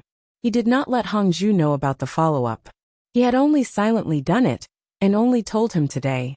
Fan Xian knew that given the trend of Hongzhu's development in the palace, and the degree of trust the emperor had in him, In less than 3 years, this little eunuch would certainly have considerable influence. At that time, he would casually say a word, and there would be many people from the 6 ministries in court willing to risk their lives for him and help him get revenge. Thus he had to do it 3 years ago. Furthermore, he had to do it cleanly. He had to do it without threats, show no favoritism, and leave no future trouble. This was a top-notch method of giving favors. The Zhizhou who died was the Zhizhou of Yingzhou. Hangzhou was recorded as a Jiaozhou person. The two places were very far apart. The case of the family massacre had happened too long ago. No one remembered it. Fan Xian was not worried that someone would guess Hangzhou's connection to this matter. On this point, he was very careful and didn't tell anyone. In the future, even if the emperor found out that the Zhizhou of Yingzhou had died an abnormal death, and found that it was the Overwatch Council who did it, Fan Xian would be able to find a basket of excuses. As long as it had nothing to do with the people around him, and nothing important in the palace, the life of a mere Zhizhou, in the emperor's eyes, was not as valuable as his own son's. He lifted the corner of the carriage window and narrowed his eyes to look at the already distant and indistinct corner tower of the royal palace. He wished the little eunuch would be able to soar in there. To be continued. If you want to know what happened after, please log on to www.cmfu.com. More chapters. Support the author. Support original reading. Chapter 331. The carriage stopped in front of the Overwatch Council. Fan Xian got off and walked directly into the council. Along the way, he smiled and greeted the officials he met. This was the first time he had come to the council after the chaos of rumors, so he found that the gazes of the council officials were burning. In reality, many of the lower-level officials did not know who Yi Qingmei was. Every day, they looked at those lines of glittering words, and that name that looked down on all men. After a long time, they would always feel a familial sense of familiarity and closeness. Under Chen Pingping's deliberate and unintentional connivance, the heads of the 8 bureaus, Zhong Zhui, and the other old fellows all began to proclaim to their subordinates what kind of business the Yi family had once been, and what the Yi family had done for the Overwatch Council. In the end, they raised this theory to the point that without the Yi family, there would be no Overwatch Council. After all, the Yi family had fallen because of the crime of rebellion. At first, hearing their superiors praise the Yi family without restraint, the officials of the Overwatch Council couldn't help but feel anxious. However, they found that the court did not seem to be afraid of this, and Commissioner Fan's other identity was also very interesting. Thus, everyone began to be interested in some of the details of the past. After a few rounds of brainwashing, the people of the council felt a great sense of closeness toward the Yi family. There was a feeling of the relationship between soldiers and water. Now that they knew Commissioner Fan was the biological son of the name on the stone tablet, their gazes when they looked at Commissioner Fan were not only the usual respect, but also a glimmer of true fear and closeness. No wonder the old director would do everything he could to have this seemingly weak young master take over the Overwatch Council.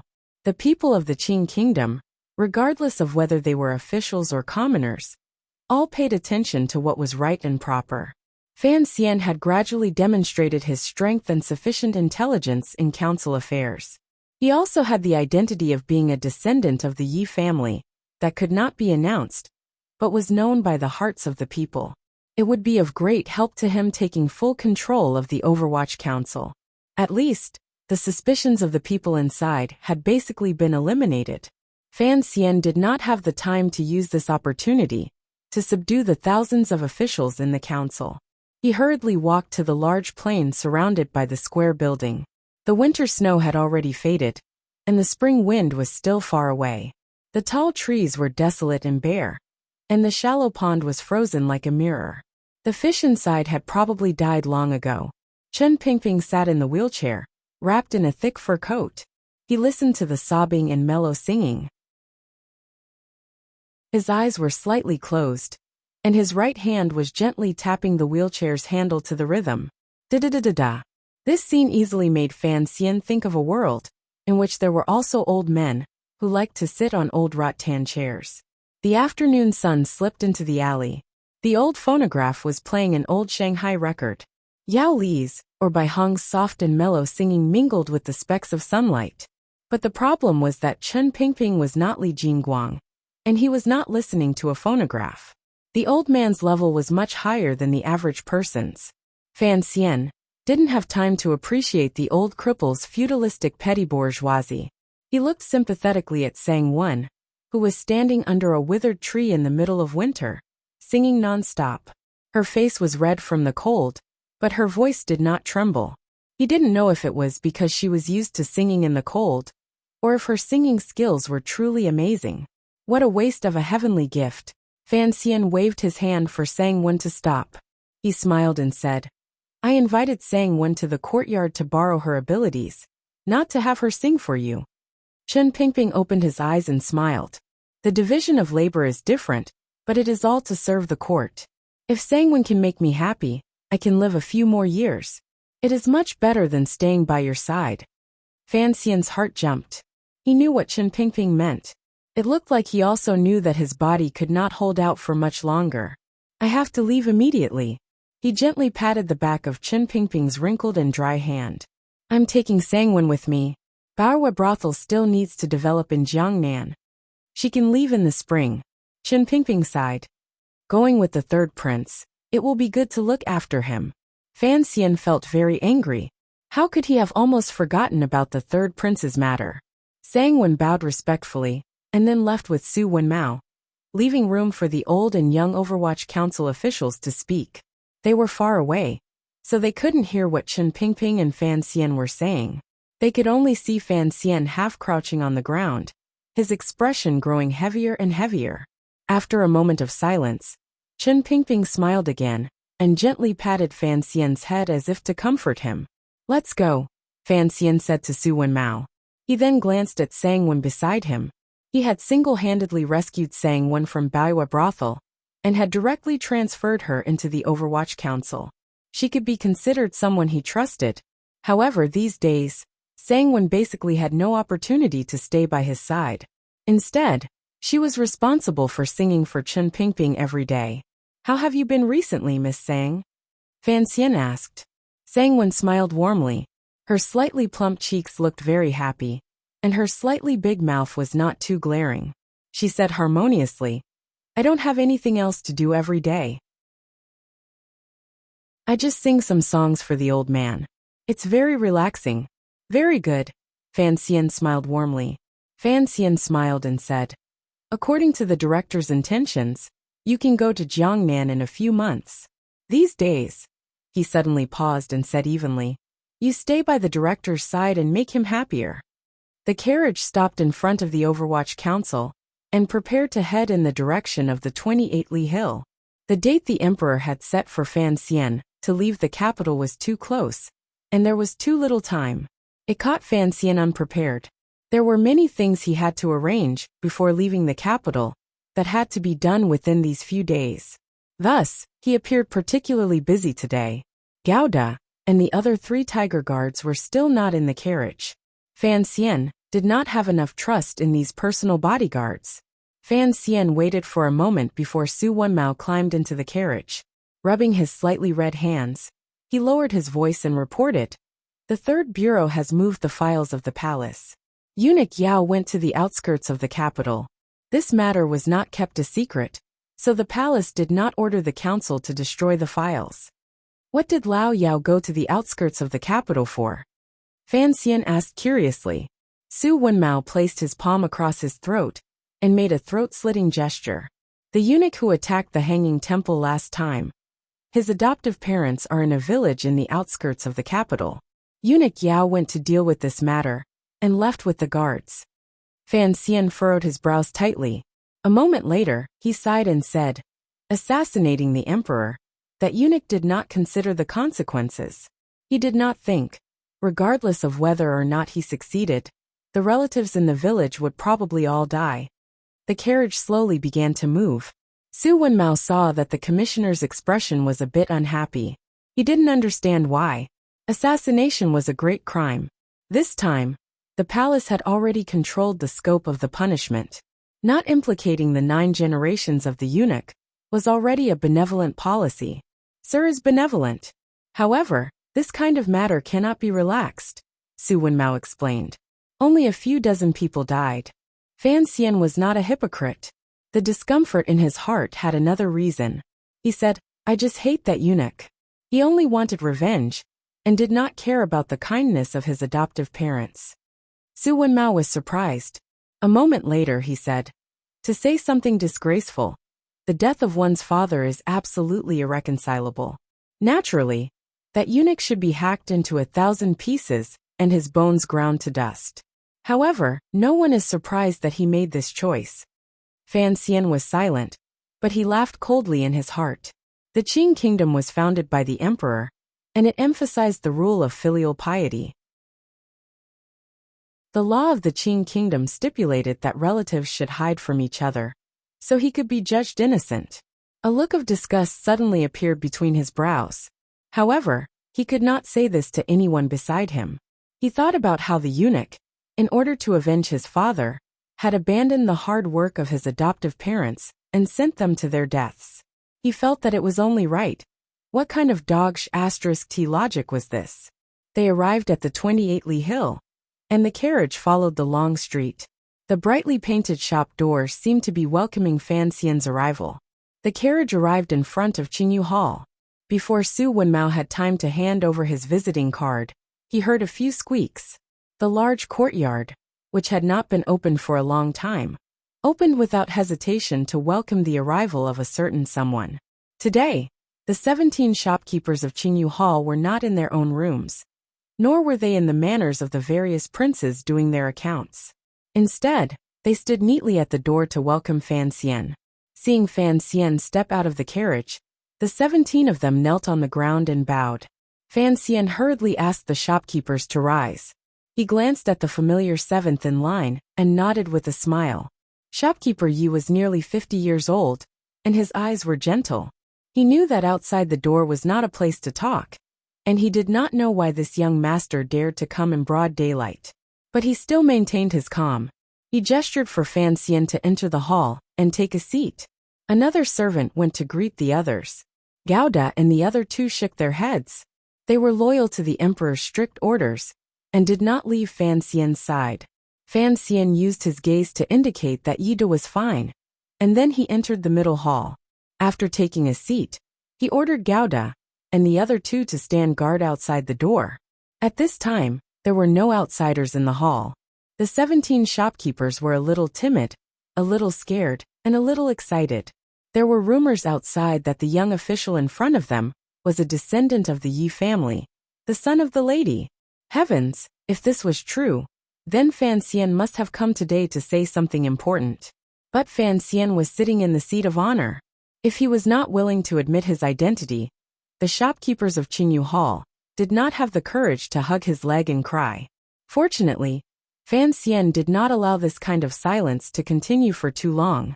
After a moment of silence, he said, Ji has come today because of the matter from a year and a half ago. Shopkeeper Yi had not expected Sir Fan Jr. to speak of this. He was surprised and looked at him in surprise. Fan Xian smiled and explained, back then, I had the intention of having my younger brother, Xija, become a disciple of the head shopkeeper. However, the head shopkeeper was busy and did not inform me, so I had my younger brother bring cured meat to your door. Now I do not know where my useless brother is, so naturally, there is no need to bring this matter up again. But head shopkeeper, don't mention the other matter we talked about back then. You have also forgotten. How could Yida forget? That day, Fan Xian had secretly pointed out that he would be in charge of the palace treasury in the future, and had come to seek help from Qingyu Hall, allowing them the possibility of leaving the capital. Fan Xian's proposal made all of the attendants of Qingyu Hall very excited. If they could leave the capital, and once again get close to the property the lady had left behind, of course, these shopkeepers would be happy. However, they had always been intimidated by the power of the emperor, and they did not dare to judge whether or not Fan Xian had the ability to persuade the palace. Most importantly, They did not know what Fan Xian's goal was, and what he was thinking, so they did not take the initiative to give Fan Xian an explanation afterward. But who would have thought that the situation would change so wonderfully? First, Fan Xian had suddenly risen in power in a year and a half, becoming the most popular young official in Qing Kingdom, and his control of the palace treasury had become an ironclad matter. Now there was a rumor that he was the son of the lady. If this matter was true, then Fan Xian's reason for gathering Qingyu Hall was very clear. Shopkeeper Yi coughed and said with a serious expression, "Sir, of course, we are very willing. But we do not know if the palace will allow it." Now he no longer doubted Fan Xian's intentions, but he still doubted Fan Xian's ability. Fan Xian smiled and nodded. The hall exploded with a buzz. Shock and boundless joy appeared on the faces of the old and steady 17 shopkeepers. Ever since the Yi family had fallen, they had been placed under house arrest in Jingdo, and had not been able to leave. Suddenly hearing such good news, how could they control themselves? Fan Xian took a sip of tea, and looked at the childlike innocent smiles of these 40 and 50-year-old shopkeepers. A very sincere smile also appeared on his face. Because of their mother, these people had been trapped in Jingdo in the prime of their youth. Now that he was able to do something for them, it made him very happy. Naturally, not all of them can go, Fan Xian warned. Their families also have to stay in the capital. The joyful and slightly crying shopkeepers paused and listened to him continue. After going to Jiangnan, let's take turns coming. Just think of it as a vacation. What do you all think? Only now did everyone know that Sir Fan Jr. was making a naughty joke. After a moment of surprise, they laughed loudly. Fan Xian gave a few more reminders, encouraging everyone to remember the emperor's grace and do their best for the court. This nonsense was said for the tiger guards outside the door to hear. Only then did he quietly say, "Seventh Yi shopkeeper will have to trouble you to go with me this time. As for the rest of you, please discuss it among yourselves. However, you have to leave an older person in Jingdo." Seventh Yi was standing by his side, and asked with furrowed brows. Fan Xian smiled and said, "Baiwa brothel will soon be empty. You all have to help me manage it. For such an ecstatic place, I can only ask an old and virtuous person to manage it." It was another cold joke, but the shopkeepers could only laugh bitterly. After a long time, the laughter finally died down, but for some reason, a different faint emotion grew in the hall. In reality, the shopkeepers were not seriously listening to what Fan Xian said. They were just looking at his appearance intently, trying to find something familiar about him. Although Fan Xian had not said it explicitly when he came today, his actions had already explained too much. Everyone, including shopkeeper Yi, had long believed that he was truly a descendant of the Yi family. Amidst the silence, shopkeeper Yi was in front. The other 13 shopkeepers stood in 2 rows behind him. Facing Fan Xian, who was sitting in the middle, they lifted their robes and knelt down in unison. "We will follow young master's orders. The after-effects of drinking too much headache. It should be gone tomorrow. I am truly sorry." To be continued. If you want to know what happens next, please log on to www.cmfu.com. More chapters. Support the author. Support original reading.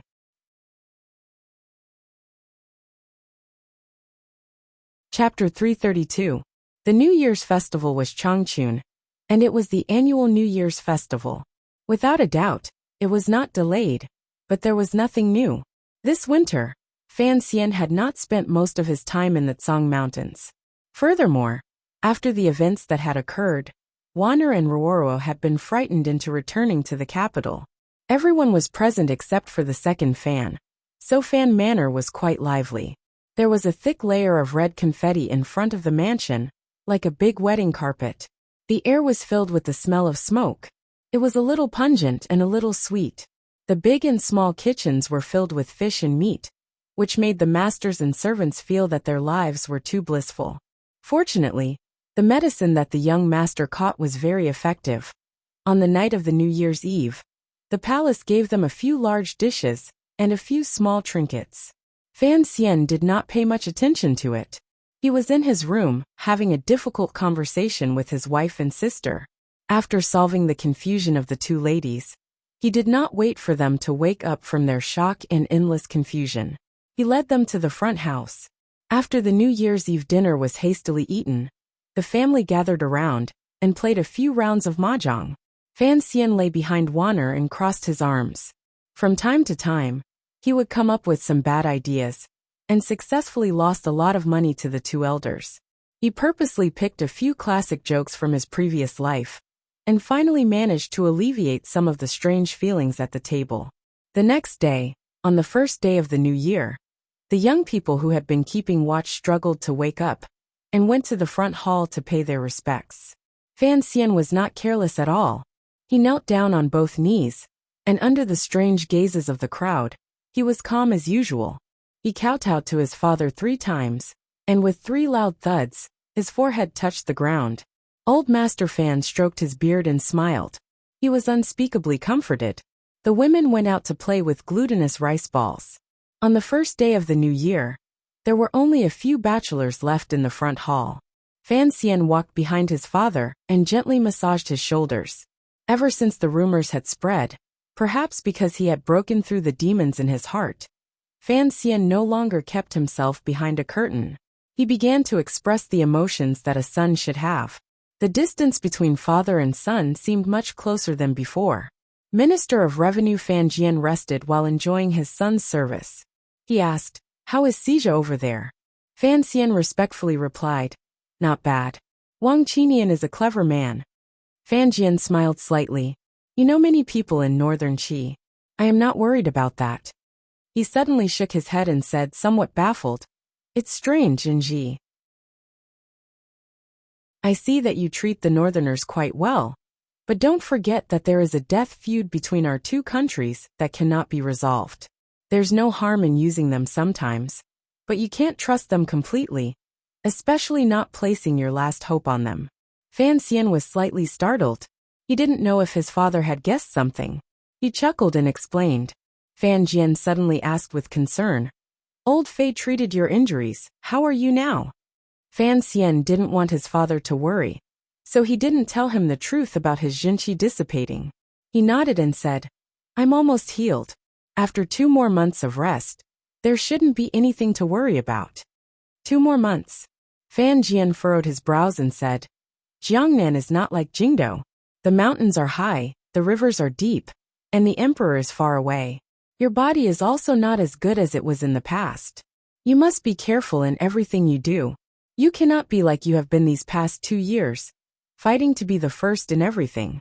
Once you make a move, you must put the opponent to death." Fan Xian heard the worry in his father's words, and also knew that his elder was reminding him. In the battles in the capital, Fan Xian had always been ruthless. Even when facing the eldest princess and second prince, he had never retreated. He had always been ruthless and bold. However, once he went to Jiangnan, faced the officials of the borders, and went deep into the headquarters of the Jiangnan aristocratic families. Although it seemed that no one could shake him in terms of power, without his father and Chen Pingping behind him, he should do things more smoothly. Father and son exchanged opinions on the matters after the new year. They also made a sufficiently detailed analysis of what changes the eldest princess would bring to the court after she entered the capital. Fan Jian reminded Fan Xian that he should pay attention to who the scholar who would enter the cabinet after the new year. Fan Xian didn't understand what his father meant by specifically mentioning that literary master, but he still firmly remembered that person's name in his heart. Fan Jian gently patted the pair of steady and young hands on his shoulder and smiled slightly. "It looks like the emperor is truly prepared to hand the Overwatch Council to you. In the future, when you are in the council, he will have to find a civil official in the court who can match your reputation and position. This is preparation for the future." When Hu the scholar led the change in the style of writing, he was just a young man in his early 20s. Now he was about 40 years old. In the south of the world, his literary name was flourishing. Before Fan Xian was born, he was truly in the limelight. However, in recent years his official fortunes had not been smooth. He wandered from place to place among the 7 roads. His position was high, but he had no real power. Now that he had entered the capital, He became the head of the Hall of Governmental Affairs. Fan Xian smiled and shook his head. He didn't plan on interfering too much with court politics, and he certainly wouldn't provoke Hu the scholar. Presumably, he wouldn't take the initiative to provoke him. The father and son chatted a bit more. Fan Xian remembered that the clan still had to worship their ancestors today, so he asked probingly. Fan Xian turned his head and glanced at his son. He sighed and shook his head. He thought to himself that it was a rare thing for this child to have such intentions. However, he could show his intentions, but he couldn't have his name enter the family records. After all, he still had to worry about the face of that person in the palace. Fan Xian was just trying to see if there was such a possibility. Seeing that his father's reaction was very direct, he knew that he was still dreaming. He felt a bit uncomfortable in his heart. The morning sun shone warmly in the Fan family garden. Most of the people, including Minister Fan, Lady Lu and Ruoro, had already gone to the Fan clan ancestral hall, where the country estate was. Even the housekeepers, nannies, and serving girls had gone. At this moment, there were only a few people left in the front and back residences. It seemed particularly quiet. "I know you want to go." Wanner sat by his side and comforted him in a quiet voice. Fan Xian was reading a book. The Dambo bookstore had printed the first batch of Zhuang's commentary collection. The name was given by Fan Xian, and the words were also written by Fan Xian. According to Seventh Yi, the sales were very good. The money was coming in faster than expected, particularly since the Northern Qi court had ordered 10,000 copies at once. It made Fan Xian's wallet bulge again. Hearing his wife's words, he smiled slightly and raised his head. Carelessly putting the book to one side, he made a sound of acknowledgement. "What? Worried that I'll take things too hard?" Wanner smiled and said, "Why aren't you worried that I'll take things too hard?" Fan Xian gently stretched out his arms and pulled her into his embrace. Sticking to her slightly cold face, he asked with concern, "How has your health been recently?" Wanner misunderstood what he was talking about. Resting on his shoulder, her face showed a slightly worried expression. "There's still no movement." Fan Xian laughed out loud and said, "Who cares about that unborn daughter? I'm just asking how your health is. Sir Fei treated me the way he treats cows. Now I'm beginning to doubt his ability. There's nothing wrong with my body." Wanner thought for a moment and then asked curiously, "Why a daughter?" "A daughter is good. She doesn't have to stand in court and fight battles every day," Fan Xian said with a smile. His way of thinking was, of course, very different from that of the people of this world. Lin Wanner pulled away from Fan Xian. Pointing to her heart, she giggled and said, "It's not good being a girl either. Marrying a husband and not knowing who he really is. It's not good here." Fan Xian's hand went straight to his wife's soft chest. With a serious expression, he said, "Let me see if the problem is serious." The couple joked around for a while, but they couldn't completely put that matter behind them. Wanner faintly said, "Who would have thought that you were my cousin? Isn't that good?" Fan Xian smiled and said, "Sister Lin, let me hear you call me Brother Xian." Wanner spat, "Bah, you're not Jia Baoyu." Fan Xian thought she was right. He was much prettier than Jia Baoyu. He rolled his eyes and left the room. Wanner didn't know what he was going to do, and was very curious. Unexpectedly, after a while, Fan Xian returned to the room. It was just that he was wearing tattered clothes that servants didn't often wear. Lin Wanner looked at him dressed like a little beggar, and couldn't help but burst out laughing. Fan Xian's eyes were wide open, and his mouth was wide open. He happily said, "Cousin, ahaha ahaha, I've finally been waiting for you." Lin Wanner was stunned. Why did her husband suddenly go crazy? Was it fun to call her cousin like that? She hesitated and asked, "Cousin?" Fan Xian laughed foolishly and said, "Ah, I'm your cousin Hong Qi." Lin Wanner was dumbfounded. Hearing her husband speak nonsense with a Jiaozhou accent, she didn't know what to say for a long time. Fan Xian looked at her reaction and felt disheartened. Lowering his head like a defeated soldier, he went out to change his clothes. "Husband, earlier, what were you doing?" "Imitating east to west." Fan Xian's face was bitter. "Imitating show? Show. It's what people in the South often call coquettish. Don't ask, just think of it as me being coquettish." Fan Xian's level of acting was actually very high. Ever since he was reborn into this world, he had begun to play the role of a naive child, an immortal poet, and a saint of love. Acting had always been his strong suit. If it weren't for this, he wouldn't have had the confidence to use such a passionate performance in the palace, in that little building, to deceive the unfathomable emperor. But people always needed rest, so he didn't want to hide too much in front of the people closest to him, such as his wife and his sister. After his past was exposed, Wan'er was shocked, but she gradually accepted reality. Suddenly, her husband had become her cousin. She only felt a wonderful romantic feeling of being closer to him. But for Ruoruo, her brother had suddenly become someone she didn't have any blood relations with. This was something she couldn't understand. So these days, Miss Fan had been intentionally or unintentionally avoiding Fan Xian, as if she didn't know how to face her brother. Her mind was restless. Even Fei Jie's classes were muddled. The manor didn't dare let her go to the Imperial Academy of Medicine to discuss the important matter of saving people with the old masters. Ruoro just hasn't come around, Wan'er comforted. Fan Xian smiled bitterly. Am I not still her brother? This truth can't be changed. He closed his eyes and rested for a moment. He then said, after I leave, if things can settle down there, I'll take you there.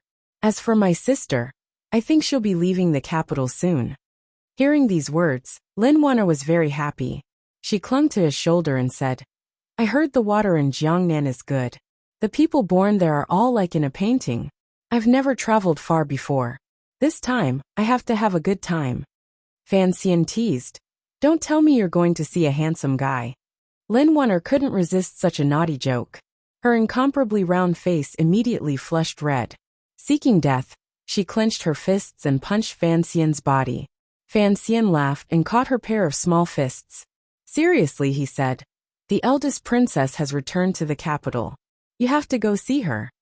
Hearing this, all sorts of feelings welled up in Lin Wan'er's heart. Her soft intestines were tangled. She didn't know how to deal with this relationship. Fan Xian comforted her. I know this is very difficult, but you have to learn to tear this piece of paper in half. We don't cross each other's paths, and each have our own business. This matter could not be resolved with comfort and persuasion. Fan Xian also understood this, so he could only drop it and not talk about it. On the contrary, it was Wan'er who braced herself and worried about the palace treasury matter on his behalf. Husband, even if you take all of the shopkeepers of Qingyu Hall, I'm afraid you won't be able to control the palace treasury in the shortest amount of time. After all, Mother has run it for so many years. Most of the local officials in Jiangnan have to look to her. She hesitated for a moment and then said seriously, particularly if you take the Yi family elders to Jiangnan, it will easily cause discussion among the people and the court. Fan Xian nodded and calmly said, I also understand, but this matter must be done. The shopkeepers have all been managing the businesses of the manors and manors these years. I also don't completely understand what they are thinking, and whether or not they can trust me. However, those things in the palace treasury, if it weren't for them, it would be impossible. The reason the court has kept a close eye on them these years is because they understand the manufacturing process of the palace treasury. This information is of utmost importance to the court. They cannot allow the knowledge in their minds to spread to northern Qi or Dongyi. However, the various businesses of the palace treasury always require technical guidance. That is how they have managed to preserve their lives. Lin Wan'er was silent for a while, then quietly said, Don't look at how these shopkeepers seem to move about freely in the capital. In reality, they have people following them for many years. If they show any signs of leaking secrets, the people around them will immediately kill them. Fan Xian said with slight surprise, I can guess that. However, I don't know which side those people are from. I've checked in the council. The Overwatch Council is only responsible for the periphery. The person responsible for silencing them was not found. They are people from the palace, Lin Wan'er said with a worried expression. They will probably follow you to Jiangnan. The eunuch's subordinates? Fan Xian smiled comfortingly. Ever since he entered the capital, he had a good relationship with the eunuchs in the palace. Regardless of which palace or which faction the eunuchs belonged to, they all deeply regarded Commissioner Fan as a close friend. "Don't worry about these things," he said after thinking for a bit.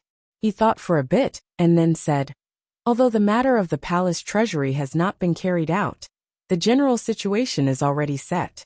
Your brother Shirtu probably does not have much of a chance. The battle between the princes will not surface again for at least a few years.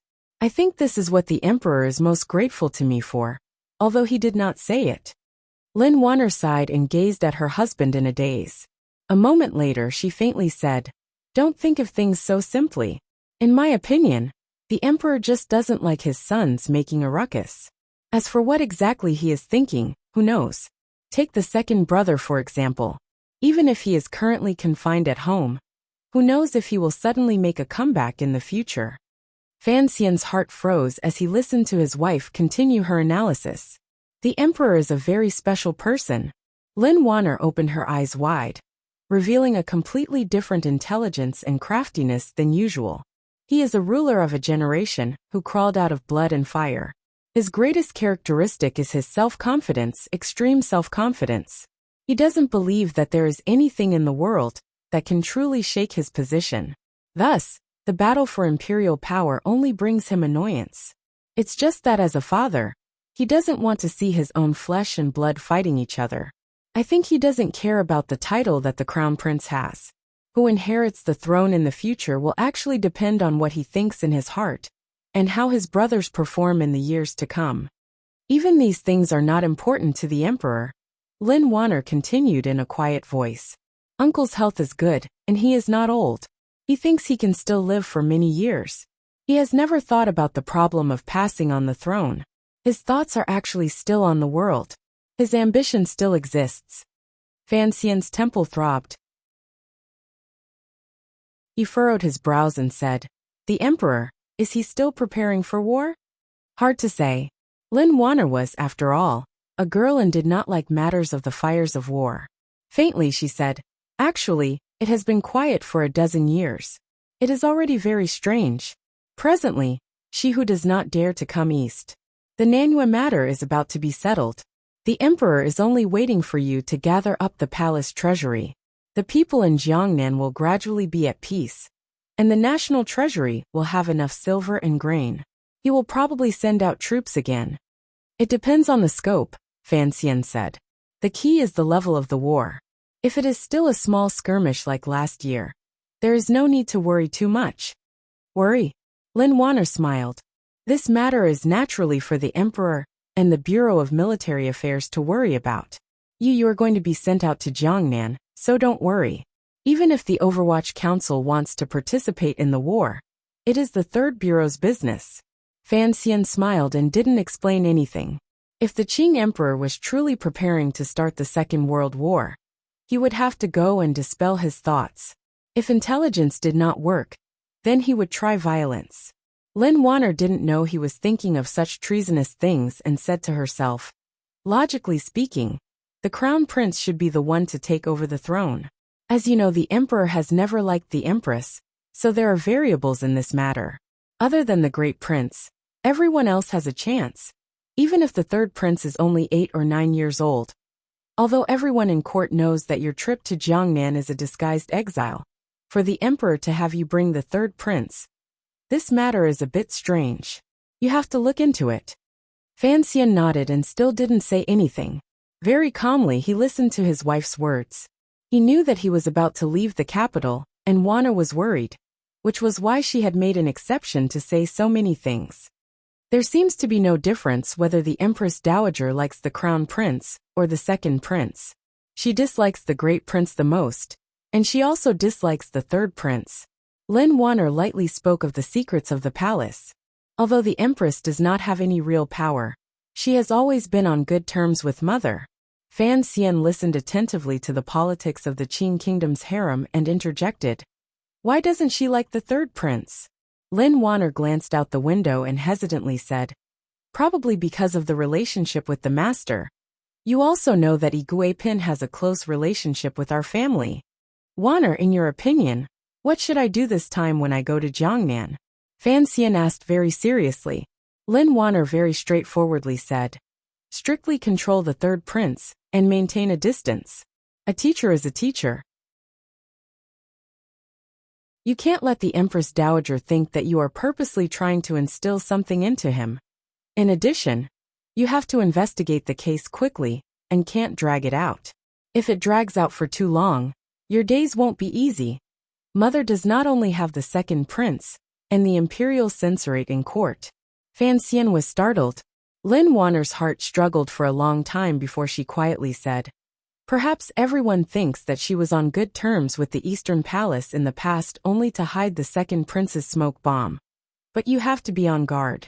Perhaps one day, the crown prince will lean toward her side again. After a moment of silence, Fan Xian became gloomy. The ways of the world made his own wife sink into such a pitiful situation. He knew that the Eastern Palace would not watch him grow up. This had to do with the hatred of the past. However, he had not thought that the eldest princess would be so good at dancing and acting like a two-timing ace. Thinking of that amusing mother-in-law, Fan Xian couldn't help but smile. On the first day of the new year, ancestors were worshipped. On the second day, a large group of officials from the capital swarmed to the door to give New Year greetings. On the third day, the entire Fan Manor escaped and hid in King Jing's manor for a gathering. Fan Xian and Crown Prince Hongqing awkwardly met to reminisce. On the fourth day, Run Shaoan and Xan Chiwu jointly invited Fan Xian to a day of feasting as a farewell. On the fifth day, the Yin father and son went to the Fan Manor. After Yin Ruohai had resigned, he was quite fond of Go, and played with the minister until the sky darkened. Fan Xian and Yin Bingyan talked in secret in the little study until the sky darkened. On the sixth day they visited Chun Garden. On the seventh day, tens of thousands of people went out in Jingdo. Chickens did not crow, dogs did not bite, and 18-year-old girls ran through the streets. Fan Xian took his wife, sister Rojia, and Yi Linger, the four young ladies, and ran amok in the capital. On the eighth day at noon, the Duke's manor invited them. At dusk the Fan clan gathered. Fan Xian became the focus of the banquet. After the 15th day of the first month, Fan Xian left the capital. A group of people came to the dock south of Jingdo. This river was called the Wei River. The Lujing River flowed into it. A few hundred li south of the Wei River would merge into the Great River. Following the river, they would arrive in Jiangnan, which was even more prosperous than Jingdo. Fan Xian followed the plan he had discussed with the emperor. To the outside world, he only said he was going back to Danzhou to see his grandmother, and then he would go to Jiangnan. To outsiders, this trip in return meant that he would not arrive in Suzhou until at least March. No one thought he would arrive earlier. Leaving the capital today, Fan Xian did not have anyone send him off, including the officials he was familiar with in the council and the officials in court. He had not expected that the students of the Imperial College would know the news ahead of time and all come to the dock. Fan Xian had not held a position in the Imperial College for long, but he had always been very amiable. Last year, during the spring examinations, he had spent a large amount of silver to arrange for countless poor students. He had also uncovered the cheating case of the spring examinations and opened the eyes of the scholars under heaven. As for the poetry talks in front of the palace and the gifts of books by people, all of this added together to make his position in the hearts of the scholars high and not far off. His reputation was excellent. After he entered the Overwatch Council as commissioner, he had dealt with a number of bribery cases. While he was rectifying, he had played some small tricks in the light. Thus, the darkness of the Overwatch Council did not cause his brilliance to be greatly diminished. As for the later case of his past, it was strange. In reality, scholars often considered themselves to be virtuous and did not take pride in their family background. When they learned that the leader of their group, that poet Sir Fan Jr., actually had such a glorious and splendid background, the scholars did not feel the slightest bit of conflict in their hearts. On the contrary, they felt an unbearably sour and proud feeling. So what if he was an official? So what if he was a merchant? The leader of us scholars is also a prince. On the pier, whether it was the instructors or the students of the Imperial College, when faced with the scene of parting, They all felt a sense of regret. For a moment, the pier was a boiling cauldron of voices. It was very lively. In the end, Fan Xian drank 3 cups of wine in a row, before he finally returned the favor of the scholars. The scene was very lively and glorious. Presumably, it would not be long before the news spread throughout the court. With great difficulty, he managed to persuade the crowd to leave. Fan Xian gently held Wanner's hands and carefully warned her countless times. He also said that he would send someone to pick her up when spring warmed up. Only then did Wanner's tears stop. Wanner watched the distant scholars leave. She suddenly laughed and teased. "Did you tell them?" Fan Xian's cheeks reddened a little. He explained, "I was fulfilling their beautiful wishes." He turned his head to look and saw his sister hiding behind the family's servant girls. Her head was bowed and she did not speak. She did not want to come forward. It was clear that she was secretly crying. Seeing the girl's cowering appearance, Fan Xian did not know why his anger rose for no reason. He pushed aside the people who were sending them off and came in front of Ruoro. He shouted, "What are you crying for?" Ruoro did not expect her brother to come directly in front of her. She jumped in fright and quickly wiped the tears from the corners of her eyes. She stuttered, No, nothing." She suddenly thought that it had already been more than 10 years. Her brother had never been so fierce to her. How could he be so fierce today? After all, he was not her biological brother. He was not as gentle to her as he had been in the past. Thinking of this, she, who was as elegant as a chrysanthemum, could not help but feel sad. Tears flowed from her eyes, but she stubbornly bit her lower lip. She felt an indescribable sense of tragedy. Seeing his sister like this, Fan Xian was so angry that he laughed. He gritted his teeth and did not know what to do. The servants beside him also quickly moved out of the way. They did not dare to stay next to these 2 masters of the Fan Manor. Fortunately, Wanner came over at this time. She hugged Ruoro and quietly comforted her. She also said that Fan Xian was in a bad mood after leaving the capital, which was why he was so fierce. Only then did Ruoro gradually calm down. Fan Xian was fierce because he could not bear to see his sister sad and purposely avoid him. The anger he had suppressed for the past 10 days was very strong. Seeing his sister looking at him with lingering fear, he sighed in his heart. Softening his voice, he said, "It is natural for me to be fierce to you.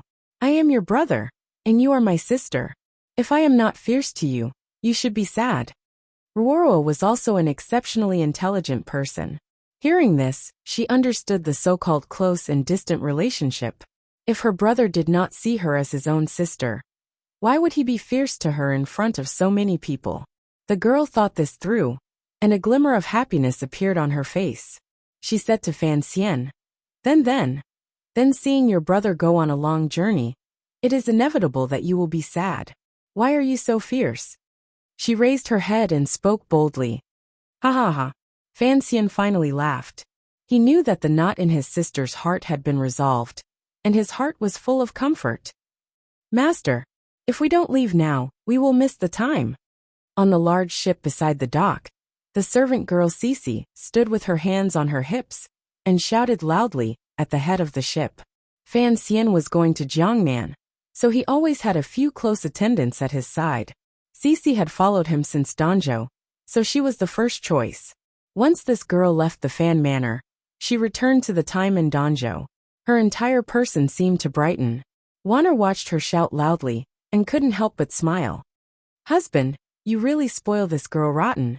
Fan Xian laughed and quietly reminded his sister of some important matters that were about to reach Jingdou. He then, in a shocking manner, pulled Wanner into his arms and fiercely kissed her a few times. Only then did he wave his sleeve and board the large ship by the river. As the saying goes, I wave my sleeve and take away all the silver. Sir Fan Jr.'s departure from the capital had long become the topic of conversation for everyone in Jingdou. Regardless of whether it was in the taverns, tea houses, or deep mansions, they were all discussing this matter. The second prince, who was under house arrest in his manor, listened to the report of his subordinate strategist and sighed. "That bastard has finally left." The strategist had no plans and said hatefully, "It's a good thing he left quickly. Otherwise, I would have skinned him to help your highness vent your anger. The second prince was squatting on a chair, scooping out frozen milk soup to eat. Hearing this, he furrowed his brows and didn't speak for a long time.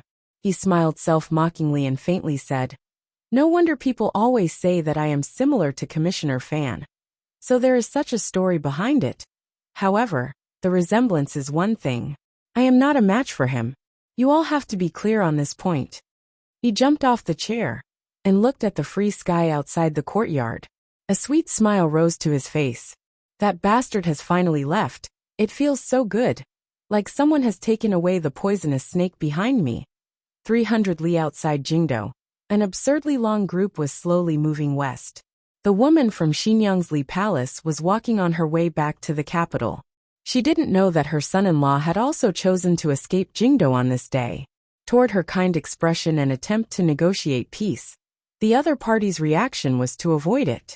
Inside the solemn temple of Qing 3 li away, there was an extremely desolate yard. In the middle of the yard, there was a tall pile of dry firewood burning fiercely. The fire was so strong that it made the things inside crackle. The emperor held his hands behind his back and looked coldly at the pile of firewood. He looked at the body inside that was gradually turning into black smoke. Behind him, the great priest of the Qing kingdom maintained the calm of an ascetic monk, but fear rose in his eyes. Outside the Qing temple, the eunuch Hong Zhu was chatting with the guards. Tomorrow, he would be transferred to the empress's palace as the head eunuch. Today should be the last time he would serve the emperor. A few days later, on the Wei River, Fan Xian stood at the bow of the boat and was silent for a long time. The chilly river surface hit him in the face, but it could not blow into the expensive fur clothing he wore. He had already left the capital, but the reports were still coming in. The eldest princess had sent many scouts into the capital, and had the old servant bring many of the specialties of Xinyang to Fan Manor. Nominally, they were for Wanner. It seemed that his mother-in-law had finally acknowledged Fan Xian's power after her failed attempts at assassination had been futile. She had begun to repair the relationship between mother and daughter. This was only a minor detail, and did not fall within the scope of the world that Chen Pingping had taught him. What truly interested Fan Xian was the news that the great priest of the Qing kingdom had returned to the country after many years. Because of his bitter training in the south, he had used up all of his essence and blood and died of old age. At the same time, he found out that Hong Zhu had been transferred to the empress's palace as the head eunuch. He was somewhat disappointed, but also somewhat happy. His student, Shi Chanli, used his hand to shield his eyes from the harsh river wind. He came to his side and asked, "Teacher, earlier the captain on the boat said that based on our current speed, we can pass Yingzhou tomorrow. In a few days, we will enter the territory of Jiangnan Road." The Jiangnan group changed boats at a secret dock in the Overwatch Council not far from the capital. The boat they were on was a common navy boat modified into a civilian boat. Facing the river wind, it was as if they could faintly see the picturesque lakes and mountains of Jiangnan. Fan Xian was slightly startled. He nodded and smiled. "Little sure, although the beauties of Jiangnan are waiting for your attention, there is no need to rush." Shi Chanli's expression became awkward. Baohua Brothel's business was going to expand to Jiangnan, so both he and Sangwen had to go. Sangwen could drag it out until March, but as Fan Xian's student, he did not dare to drag it out. He thought of his good friends and classmates from Tongfu Tavern. They were all now officials in Jiangnan, while he was going to become a world-famous brothel owner. He did not feel good in his heart. Traveling on the river in the cold and frozen weather was indeed a bit irritating. Sangwen had the good fortune of being kept by Director Chun, but the other person's luck was not so good. He had been forcefully ordered out of the palace by his own father, and did not have to wait until the warm spring flowers bloomed. The third prince timidly lifted the thick curtain of the boat and looked at Fan Xian. "Sir Sai, time to eat." The reason Fan Xian had the right to educate the prince was because he still had the status of Sai of the Imperial College, so the third prince called him that. Fan Xian turned his head and looked at the 8 or 9-year-old child. His smile carried a sinister coldness. "Has your highness finished your homework? I still have to dig into the details of the Jiangnan trip, so tomorrow this chapter will be shorter." To be continued. If you want to know what happens next, please go to www.cmfu.com. There are more chapters. Support the author.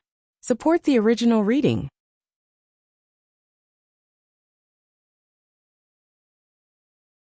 Chapter 333. Yingzhou was located to the north of the Great River, and coincidentally surrounded by countless mountains and rivers. To the east was the rich and populous land of Jiangnan. Looking to the northwest was the strategic location of Jingdou, in the center of the Qin Kingdom. This prefecture was not far from the two most prosperous places in the Qin Kingdom. It also happened to be at the intersection of the Wei River and the Great River.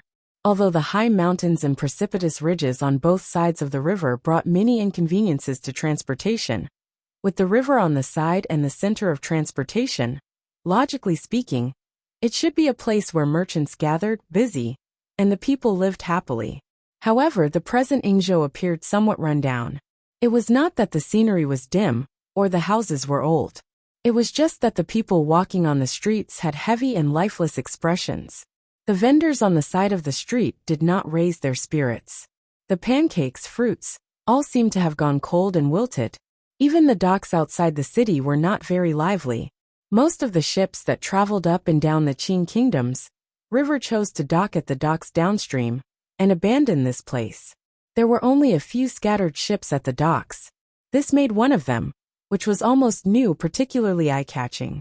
The reason Yingzhou had become like this was because of the heavens. Last year, the Great River had flooded and broken through the dam upstream. Yellow waves flowed straight into the plains, drowning countless people and destroying countless houses. Fortunately, the weather had cooled quickly after the disaster, so there were no major epidemics. However, this kind of bone-breaking torment made all of Yingzhou appear lifeless. The second strange official, this Yingzhou Zhizhou, was once the emperor's disciple, but he did not receive any of the emperor's blessings. All day long, he only knew how to be a tyrant in the city, curry favor with the higher-ups, and bully the merchants and common people. He could not even maintain normal public order, let alone repair the river. He only knew how to collect exorbitant taxes and miscellaneous taxes. Furthermore, it was rumored that this Zhizhou had connections with the mountain bandits in the mountains across the river. With such a governor of a province, the people's lives withered. Merchants moved stealthily, and proper merchants could not wait to hide. Who dared to stay in the city? The third strange official, the people of Yingzhou were valiant. Since ancient times, they had a glorious tradition of carrying a hoe to fight against the government. With such a ghost official, there were more and more poor commoners going down the river and up the mountain. However, the situation seemed to have changed a lot this year. First, the Yingzhou Zhizhou had been invited to tea by the Inspection Division of the 4th Bureau of the Overwatch Council stationed in the city. Just as the people of Yingzhou rejoiced in their hearts and thought the Zhizhou was finally about to fall, he was respectfully sent back by the Overwatch Council. Just as people thought in disappointment that Yingzhou would continue to decline like this Zhizhou died. The people from Jingdou investigated for a long time before confirming that the Zhizhou's death had nothing to do with any conspiracy. He had simply died of illness. On the day the Zhizhou died, the people of Yingzhou silently lit countless strings of firecrackers.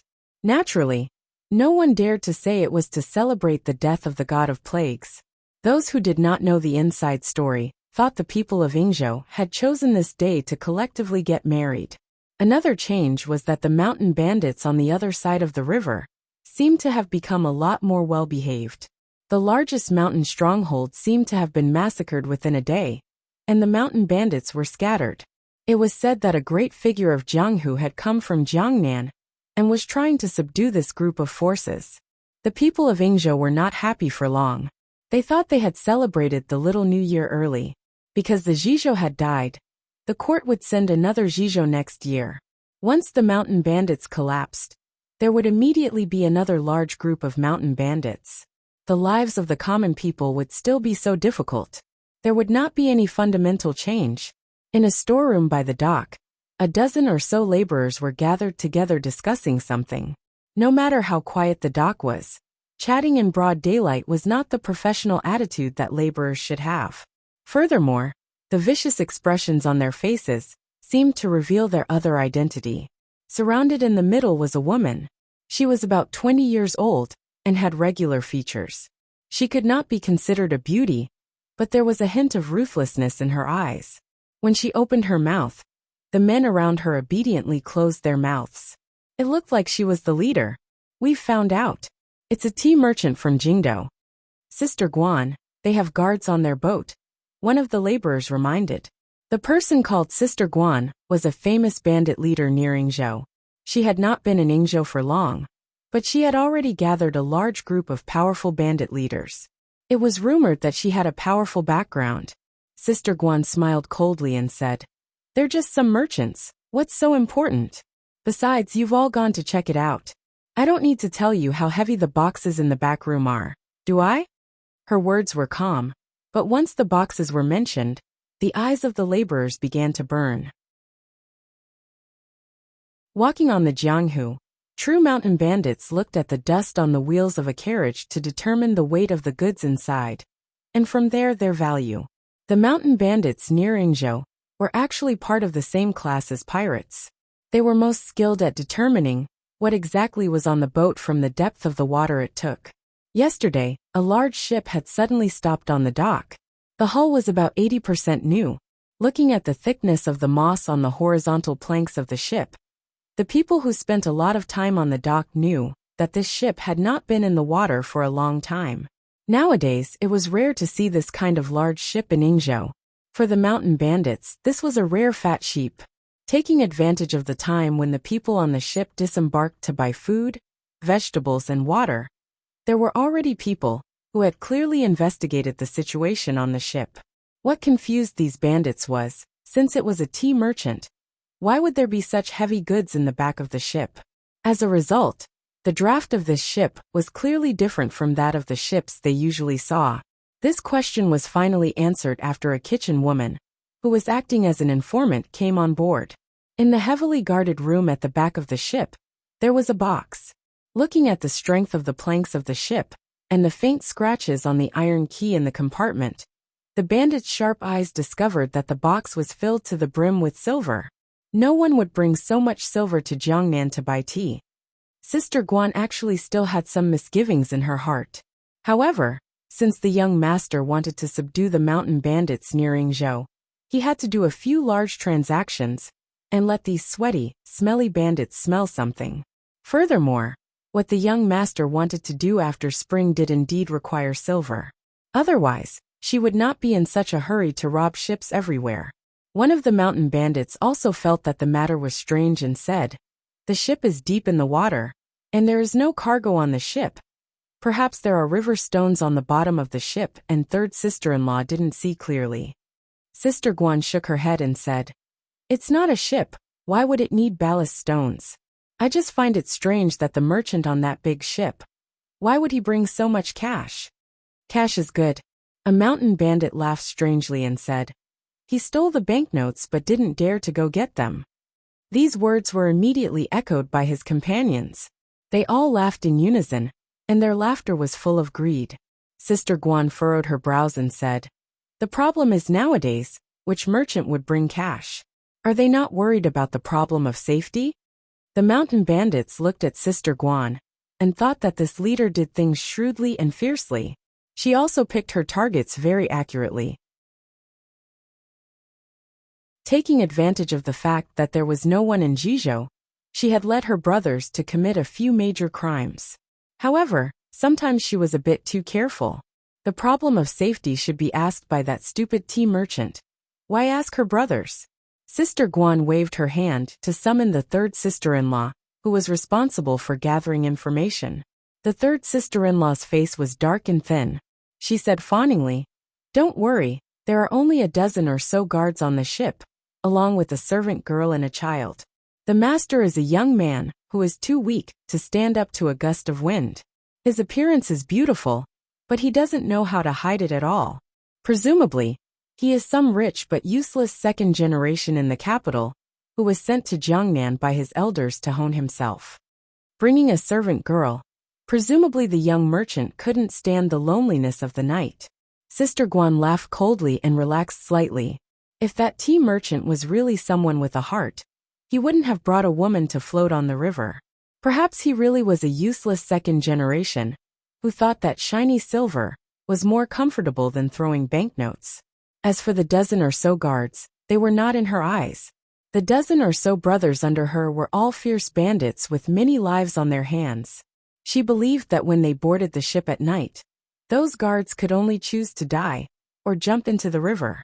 The mountain bandits beside her looked at each other and suddenly laughed extremely lewdly.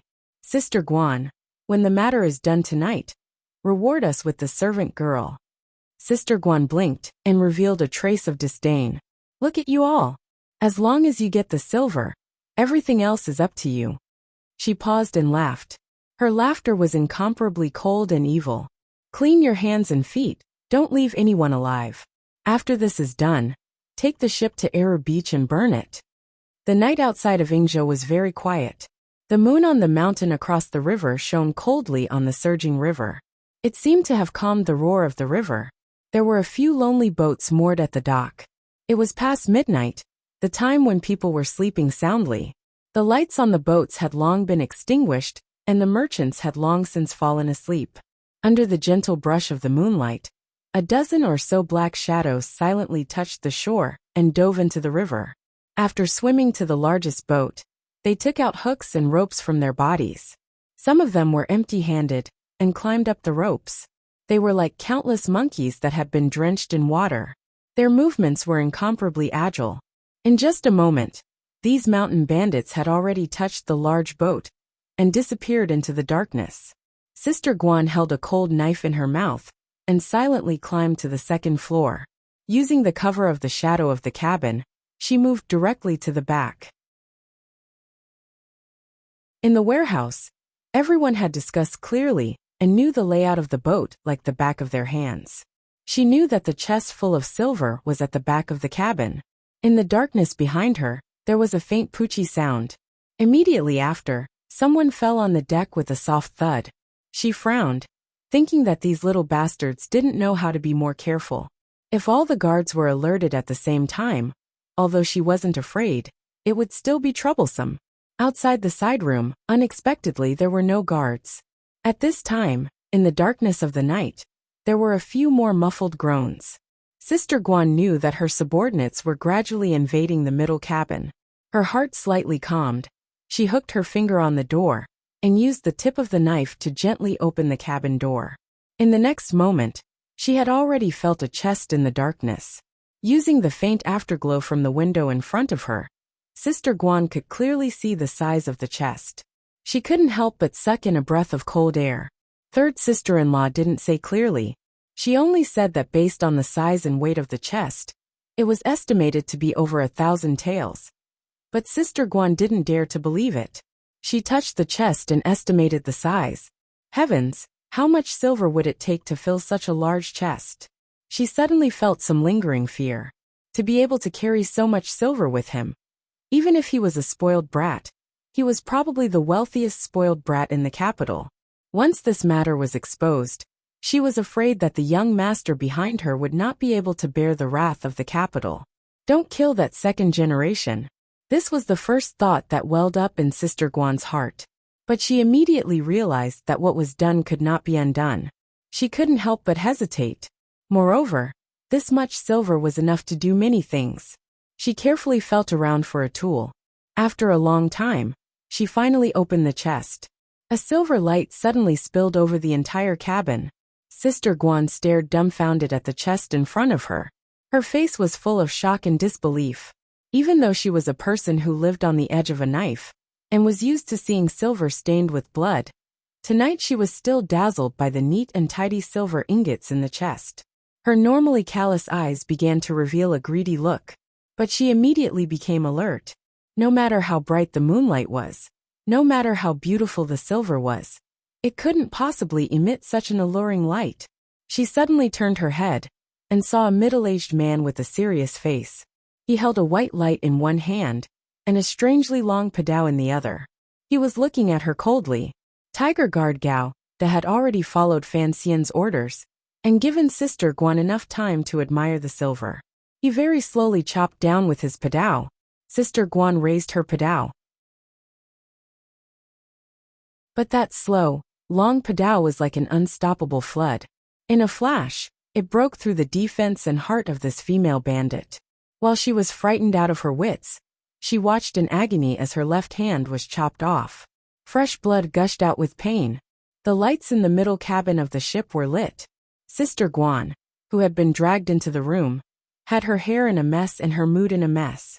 All the bandits who had followed her aboard had been easily disarmed and knocked unconscious.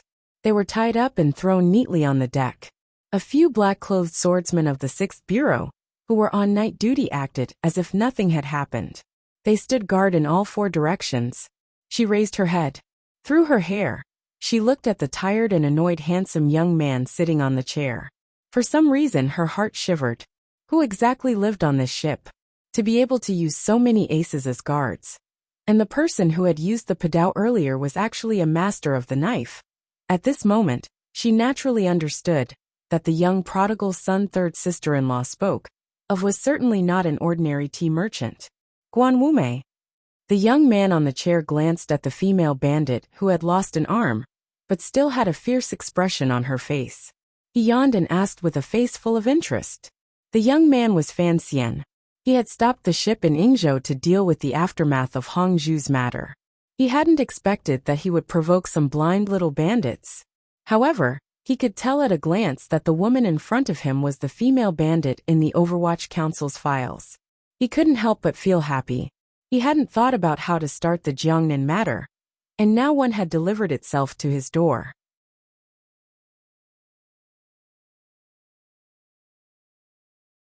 Chapter 334. Hearing him call out her name so easily, the female bandit Sister Guan was startled. Her gaze was like a knife cutting into Fan Xian. Her left hand tightly clutched the wound on her broken hand. Viciously she said, "Today I fell into your hands. I wonder what your name is." Fan Xian sat on the chair and picked at his ear, as if he did not feel the other party's venomous gaze. He smiled and said, "I am the master, and you are the thief. What right do you have to ask about my background?" Guan Wume felt an unbearable throbbing pain in her right hand. Looking at her broken wrist, her face paled. She knew she had bumped into an iron plate today. Still clenching her teeth, she said, "Please tell me the truth." Fan Xian glanced at her with amusement. He felt this matter was truly absurd. His group had only been delayed by something. He had not expected the ship to be so fragrant. In just one day, it had attracted a famous female bandit in Yingzhou. After the female bandit in front of him had been captured, not only was she not afraid, but she had asked him to tell her the way. Tell what way? Fan Xian dipped his finger in some cold tea and carefully smeared it between his brows. Raising his eyebrows, he said, "The way of the sun, the way of the human, and the way of the ghost." The curtain behind him moved slightly. Wearing a large cotton jacket, Cece rubbed her sore eyes and walked out in a daze. Muttering, she said, "Young master, why did you get up?" She was dazzled by the light in the hall, and it took her a while to clearly see the scene in the hall. When her gaze fell on Sister Guan's severed hand, she couldn't help but scream at the horrifying bloody scene. Halfway through her scream, Fan Xian had already covered her mouth with his hand and laughed mockingly. "You want to wake up everyone in Yingzhou?"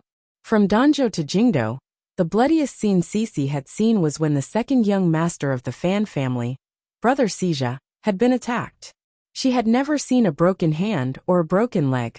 She was so shocked that her entire body trembled and couldn't calm down for a moment.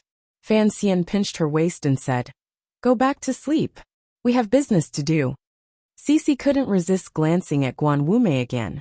She made a sound of acknowledgement and turned to return to the room. "Is he awake?" "No," Cece continued. "Mr. Sure doesn't seem to be awake either. Once Xiao Sure sleeps, he sleeps like a pig. Back then when I made a ruckus, that place, he only knew to hug the flower girl to sleep. How would he know what was happening outside?" At this moment, Guan Wume was in so much pain that the corners of her mouth were twitching, and her face had turned green. However, her ears had clearly heard the conversation between the young man and his servant girl, and she felt increasingly strange and astonished. Who exactly were these people on this ship? After being attacked by the mountain bandits at night, he was still so calm and composed, and even had the leisure to chat. If it wasn't because he was extremely confident, then he was a little stupid. Of course, she now believed that the former was more likely, but she didn't know how he would deal with them. In a quiet voice he said, Guan Wumei, from Ezhou in the Jiangbei Road.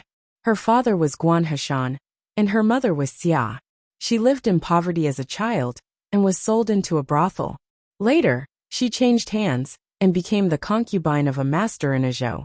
Because she could not bear the humiliation of her mistress, she killed someone in anger. She was imprisoned and strangely escaped. Later, she became the wife of a mountain stronghold. Later, the stronghold was destroyed. Guan Wumei was incomparably shocked, and it was as if she had even forgotten about the pain of losing her hand. How did this young man know so much about her background? Could it be that he had specially set up this trap to capture her? She said in a hoarse voice, Who the hell are you? How do I know so clearly? Fan Xian shook his head and said, I have a good memory, but this information is not very clear because you are not an important figure. Guan Wumei's life was strange. She could be considered a famous fierce bandit on the Yangtze River. Unexpectedly, she had been captured without the power to retaliate. Furthermore, the other party's words showed disdain toward her. This reality made her feel a glimmer of humiliation. Yet, the tone of the young man sitting in the chair, and the temperament he exuded made her admit that he truly did not think much of her. Since you know who I am, then you should have guessed that there is someone behind me. Unless you kill us all, you can forget about getting away with this. Guan Wumei, in her pain, began to foolishly threaten him, hoping that when he dealt with her and her people, he would show some mercy. The cruel reality shattered her fantasy. Fan Xian smiled and said, What you say is exactly what I want to do. Guan Wumei was stunned. She suddenly felt an endless chill surge up her back, and abruptly turned her head. The sound of countless knives slicing through throats rang out. It was very unpleasant to hear. It was like the kitchen in the back of Esher Tavern was slaughtering countless old hens at the same time. The dozen or so bandits who had followed Guan Wumei onto the boat had their throats slit by Fan Xian's personal guards. After confirming that they were dead, they were thrown into the river. Their actions were simple and professional. Not even a drop of blood landed on the deck. The sound of the river water rang out. A moment later, it became calm again. The corpses and blood were all absorbed into the forgiving current. He had killed a dozen people in a row without batting an eye. What a ruthless move. Guan Wumei's gaze finally became fearful. Looking at the other party's style of attack, she knew that he was used to doing this kind of thing. Turning her head, she saw that the young man had taken back the hand gesture from which he had given the order. Involuntarily, she said in a trembling voice, Don't kill me, Kik. Her teeth continuously chattered and made a strange sound. She swallowed hard and forced herself to calm down. Since the other party had not killed her at the same time, it meant that she still had a chance to live. Please give my leader some face. Guan Wumei knelt on the ground in terror and begged Fan Xian for mercy. Your leader? Once Guan Wumei thought of the young master's power, a glimmer of hope immediately rose in her heart. Looking at the way your subordinates do things, they have a martial style. Presumably, you are also a kindred spirit. My leader is the leader of the Jiangnan water bandits. He has hundreds of ships under his command and countless capable people. If you want to come to Jiangnan to do great things, you will certainly feel like old friends at first sight, and have a pleasant conversation with my leader. Fan Xian did not pay attention to the inappropriate choice of words in this female bandit's words. He could hear that she was clearly begging for mercy, but in reality, she was using the so-called leader of the Jiangnan water bandits to threaten him. He couldn't help smiling and shaking his head, thinking that this trip to Jiangnan was truly interesting. Leader? He said warmly. You are talking about the 7th Ming master, right? The 7th young master of the Ming family. The 7th young master, who has never truly entered the family. I heard that this young master's birth mother died many years ago. After the old Ming master passed away, the eldest young master, who took over the family business, sent people everywhere to kill this illegitimate child, who brought shame to the family. In reality, It was because the old Ming master had willed too many benefits to this seventh young master. The seventh young master of the Ming family had nowhere to hide, so he simply threw himself into the underworld. He hid his name and changed his name. He stopped being impatient and used patience to secretly kill people. After 5 or 6 years, he finally made a name for himself. The great leader of the Jiangnan water bandits, Xia Qifei, the pitiful illegitimate child of the past. How did he end up like this? Fan Xian furrowed his brows slightly. It seemed that this figure of some status in Jiangnan was far from what he had imagined. He actually had his subordinates go around stealing silver. His methods are too underhanded. Has he been short of silver recently? Jiangnan had always been rich and populous. Later, the palace treasury was built there, creating countless rich people. Other than the salt merchants and sea merchants, the two most famous families were the Cui family and the Ming family. These two families had been related by marriage for generations and had climbed the eldest princess's path.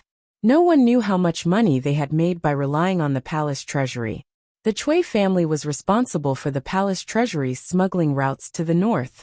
According to the Overwatch Council's investigation, the Ming family should be responsible for the palace treasury's smuggling to Dongyi, as well as the overseas business.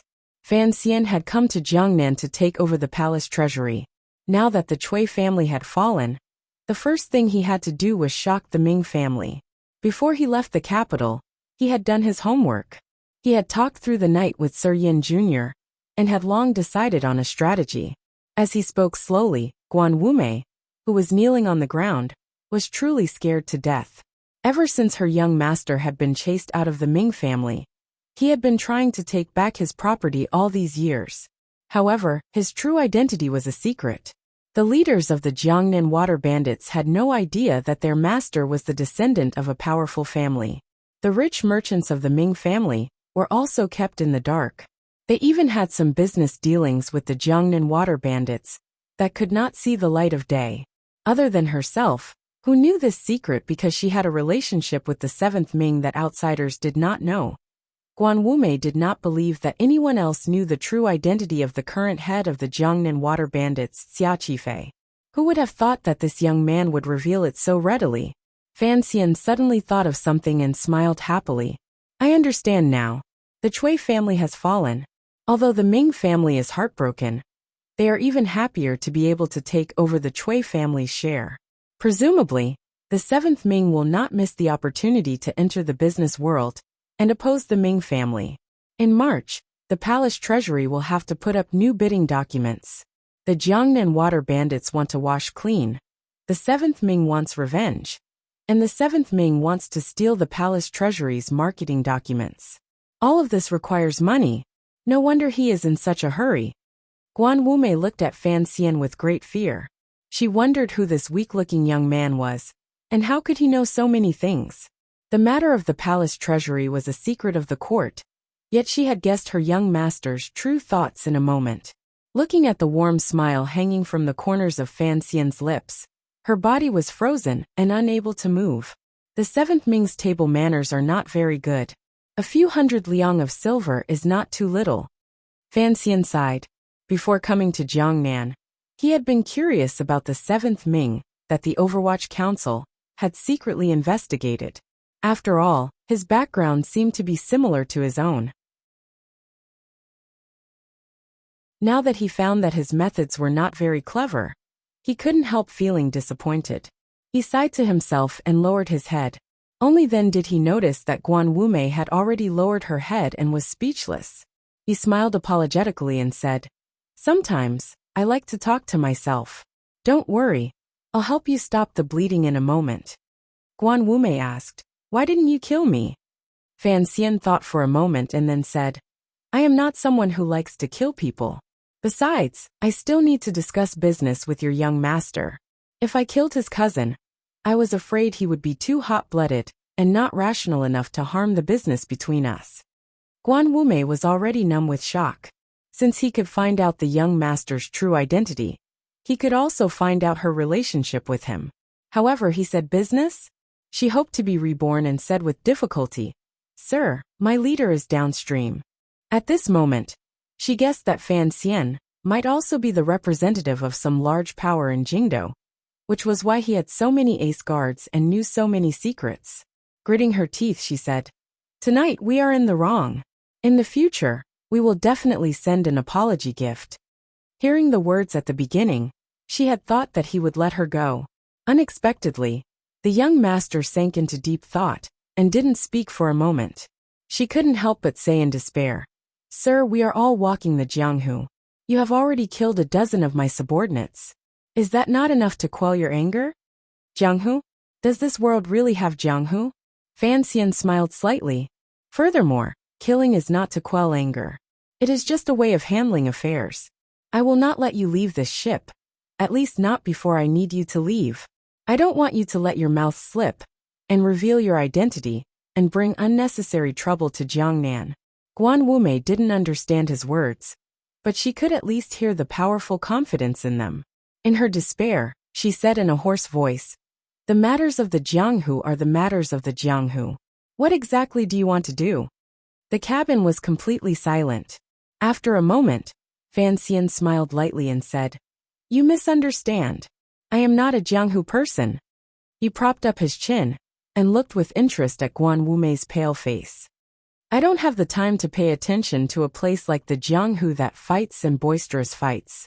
Guan Wumei felt that he was becoming more and more mysterious and couldn't resist asking, You, who exactly are you?"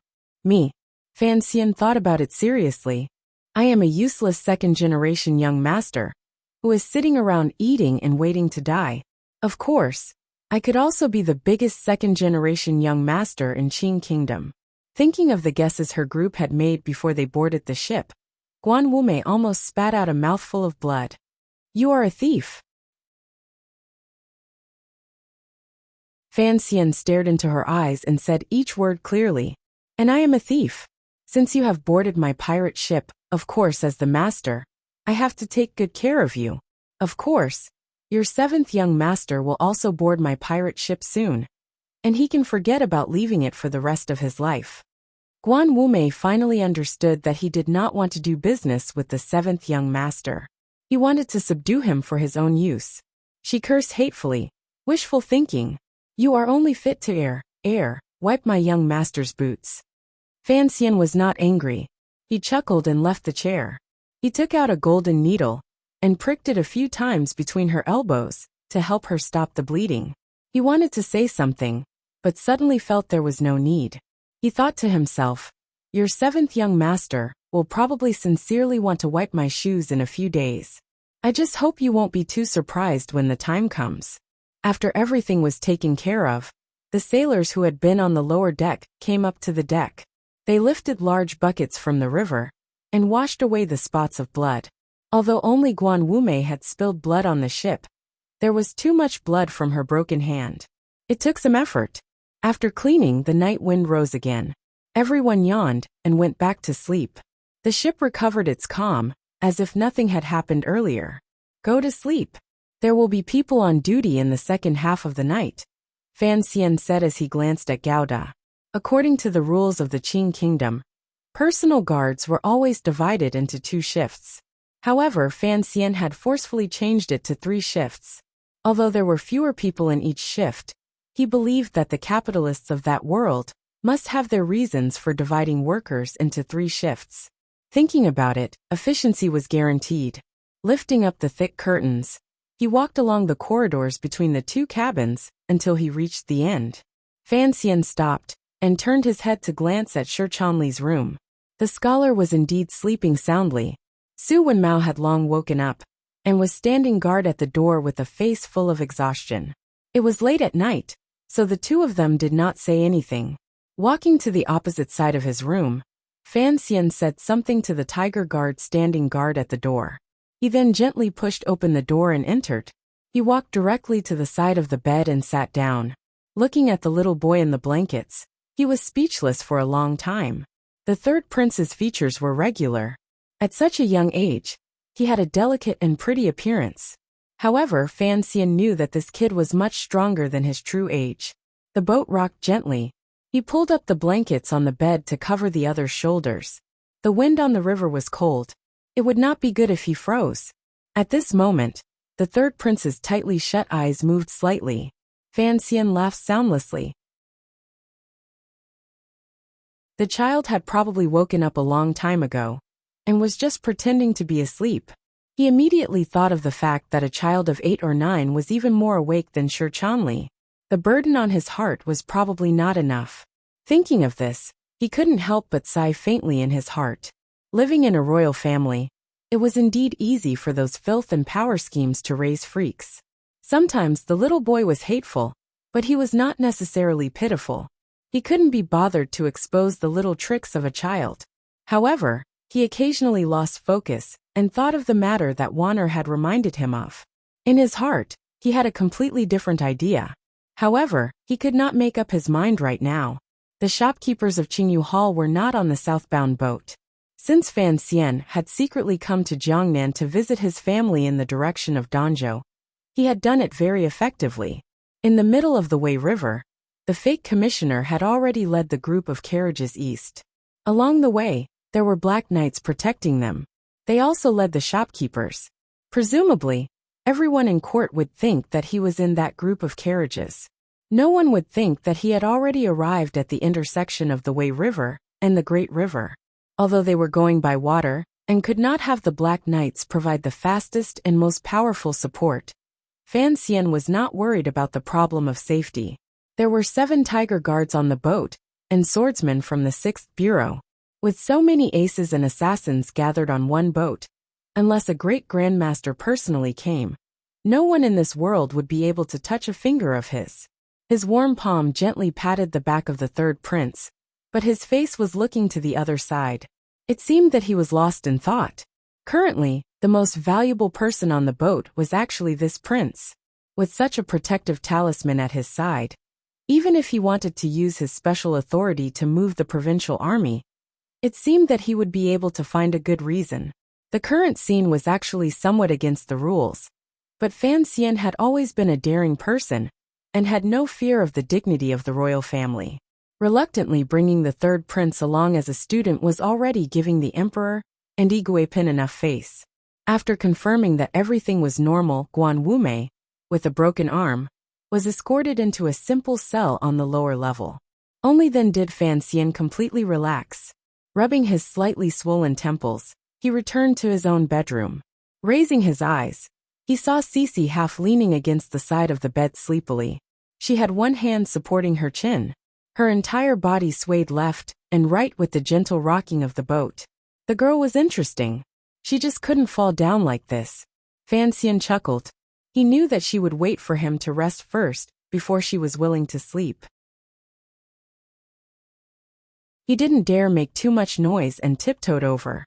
One hand went under Cece's armpit, and the other wrapped around the crook of her leg. The girl was wearing a large, half-worn robe and was very round. It was like he was holding a large hairy bear. Carefully moving Cece onto the bed, he didn't want to disturb her dream. Unexpectedly, she still opened her eyes and woke up. The haziness in her eyes disappeared in an instant. Forcing herself to sit up, she smiled and said, "I'll make blankets for the young master." Fan Xian quietly scolded with a smile. "You already slept earlier. Why are you making blankets? You're all sleepy and confused. Hurry up and go to sleep." Cece covered her mouth and smiled. "The blankets are cold again. When you were little, the young master didn't like to crawl into a cold blanket. Didn't you always let me warm it first?" Hearing these words, Fan Xian was slightly startled. Looking at the girl in front of him, he couldn't help but think of the days the two of them had spent in the old manor in Danzhou. In a flash, 2 years had passed. He had been busy fighting for power, getting married, and going on diplomatic missions. Intentionally or unintentionally, he and Cece had grown distant. Fortunately, Cece was still so considerate toward him. Involuntarily, a faint warmth welled up in his heart. He smiled and said, "Are you going to warm my bed today?" These words were a bit frivolous, but both Manners knew that Cece would one day open her face and enter a room as a senior servant. She had long prepared herself mentally.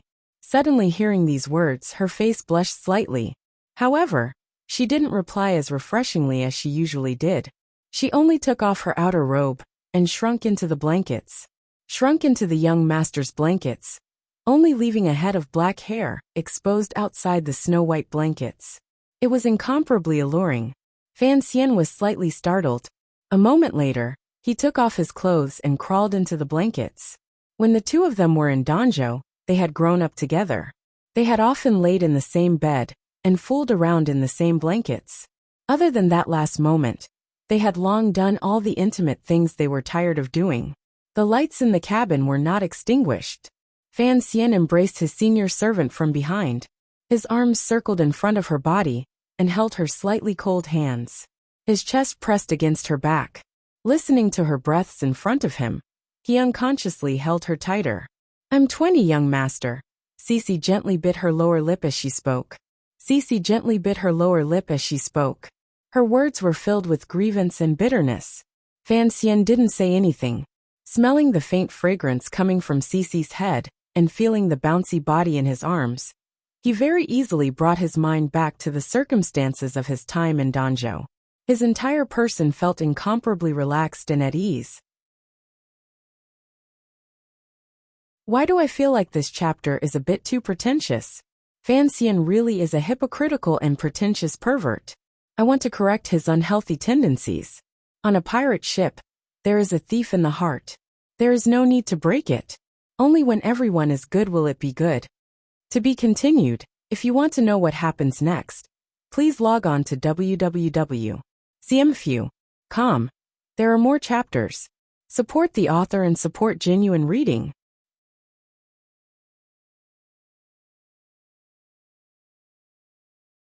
Chapter 335.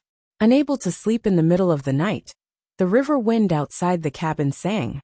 Fan Xian decided to open his eyes and said with a slight smile by her ear, "What's wrong with 20? Are you anxious?" Cece was truly anxious by these words. She sat up in the blankets and bit a lock of hair by her lip.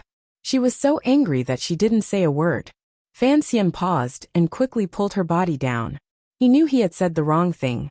Women in the Qing kingdom were usually married at 15 or 16. It was rare to see someone like Cece, who was already 20 and still a virgin. Although Fan Xian always thought that 20 was the perfect age for maturity, in the eyes of most people, Cece had already become an old lady. Particularly in the Fan manor, although everyone was very polite to Cece for the sake of the Danzhou ancestor and Fan Xian, there was always less gossip in front of and behind people's backs. Fan Xian had never taken her into his room, which encouraged this kind of atmosphere. Thinking about it carefully, Fan Xian knew he hadn't handled this problem well. He always felt that there was no need to be anxious, but he didn't think from Cece's point of view. A girl was 20. If this was the other world, she would be a 30-year-old virgin. No matter who it was, they would not be able to accept this tragic reality. Cece curled up her body and ignored him as she sadly slept. Fan Xian thought for a bit, and then smiled. Speaking of which, it's been 2 years since we've laid in the same bed. When they were in Danzhou, although Cece, who was 2 years older than him, always slept on one side, Fan Xian had long developed the bad habit of going to her bed after waking up. The young master has grown up. Naturally, he can't always be with the servants. Cece buried her head in the blankets and replied in a humming voice, "This is going to take a long time." Fan Xian didn't coax her. He only said gently and gently, "Only you don't dislike burnt papers like mine." Cece burst out laughing. If the young master had burnt papers, how could the girls in the world live? Master and servant suddenly fell silent at the same time. They both thought that these words were Wang Shifeng's self-deprecation in Story of the Stone. They slowly thought back to their time in Danzhou. Every night, one of them would copy books, and the other would wait on her.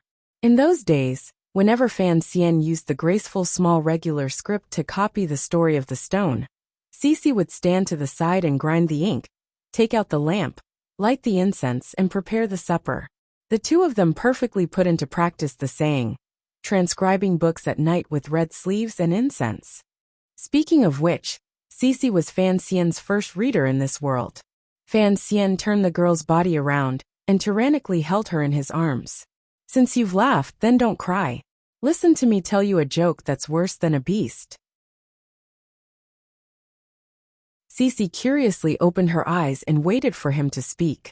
After hearing the famous joke, she finally couldn't help burying herself in his arms and laughing. She mischievously said, "So young master is saying that he has been worse than a beast these years. Now that I think about it, I naturally have this problem." Fan Xian admitted his mistake very honestly.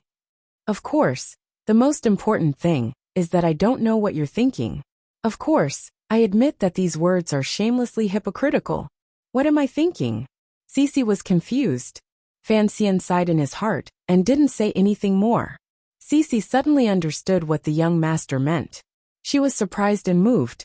Although the young master's way of thinking was indeed too absurd and muddle-headed, as if he was prepared to see what she thought, it still gave her some warmth. "Young master, do you remember when we were little? The time you hit housekeeper Zhou?" "Of course I remember." Fan Xian smiled. "That guy dared to give you a hard time. See if I don't beat his face until it's full of peach blossoms." Cece gathered her courage and looked at his face. She didn't speak for a long time. After all, she was a serving girl. How could she say such affectionate things? That day, Fan Xian had beaten housekeeper Zhou until his face was full of peach blossoms. The peach blossoms in Cece's heart had also bloomed at that time. At the time, Fan Xian was only 12 and Cece was not more than 14. Fan Xian didn't know what the serving girl was thinking. He thought back to the scene at the time and unconsciously said, "That slap was really hard." Cece curled up in his arms and giggled. "Young master's hands are strong. My hands are strong." Fan Xian chuckled. His left hand had already landed in the blankets, and it just so happened to hit Cece's round, perky bottom. The girl slept in a thin pair of underwear that was very thin. When his palm made contact with her bottom, it made a crisp smack. Memories were always beautiful, and flirting was always pleasurable. Master and servant held each other like this for a long time without speaking. It was just that in the dead of night, there was a warm fragrance on the bedding, and the air began to warm up. Fan Xian finally began to act like a beast. His two hands had long since begun to search up and down the long road of cultivation. The light is still on," Cece said anxiously and shyly. At this time, Fan Xian had already entered the realm of an animal primate. He was impatient like a monkey. Hearing this, he stretched out his left arm and chopped behind him.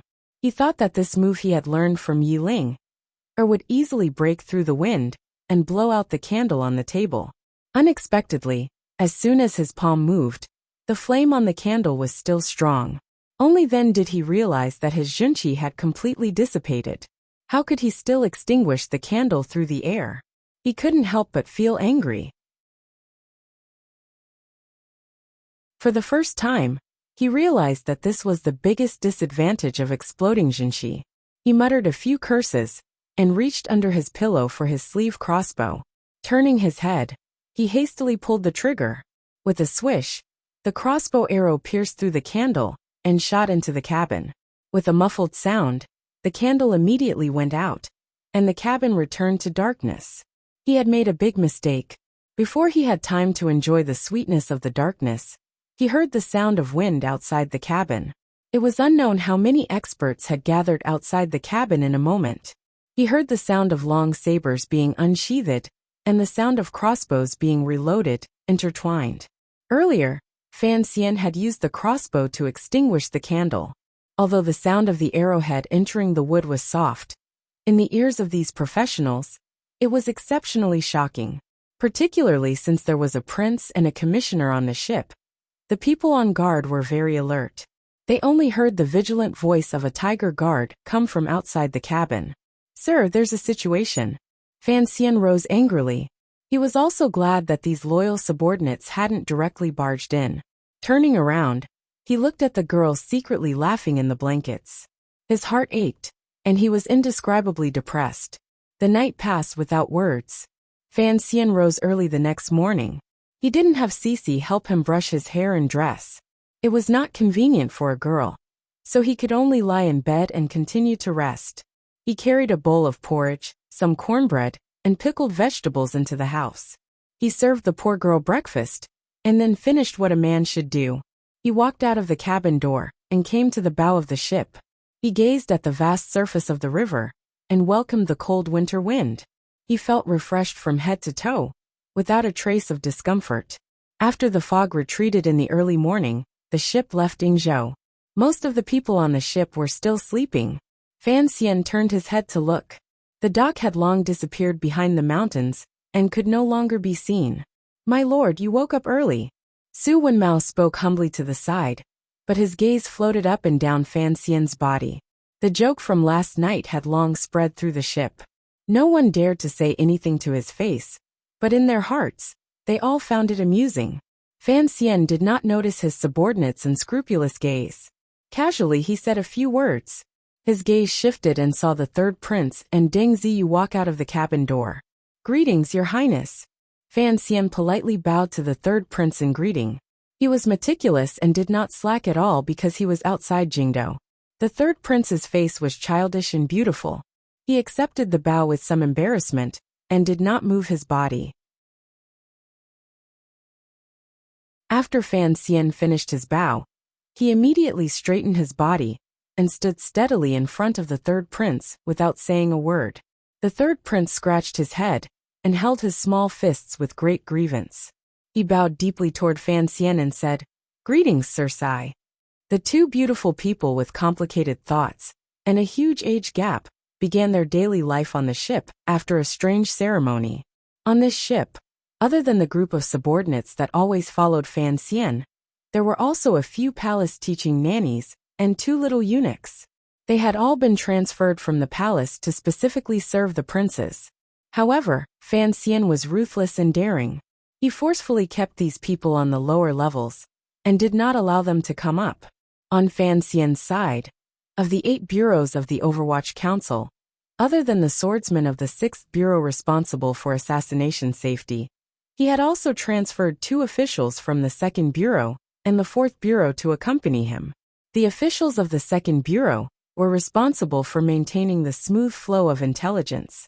The officials of the 4th bureau were responsible for contacting the inspection officials of the Overwatch Council along the coast during the Jiangnan trip. Fan Xian's teacher had come from the 3rd bureau. Now that he was in charge of the 1st bureau, it meant that the ship already had most of the Overwatch Council structure. Although there were not many people, the division of labor and coordination went smoothly. Life on the ship was very boring. The people who had come out from Jingdou were interested in admiring the river scenery for the first few days, but they gradually grew tired of it. Additionally, the river wind was biting cold. These days, other than those with duties, everyone else stayed in their rooms to rest. Fan Xian and the third prince stood at the head of the ship and looked at the scenery of the valley coming toward them. No one knew what they were quietly talking about. The third prince nodded, and Fan Xian's expression was warm.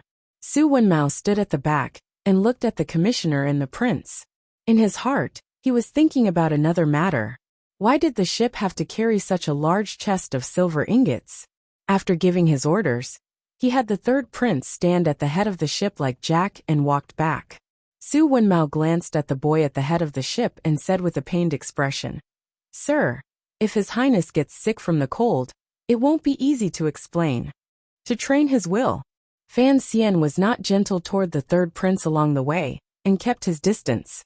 This was not only unexpected by everyone on the ship, but presumably, even the third prince himself felt it was particularly strange. "Sir, that chest of silver?" Su Wenmao probingly asked. Fan Xian shook his head. "Just watch it. Since that woman has already seen it, don't let anyone else come into contact with it."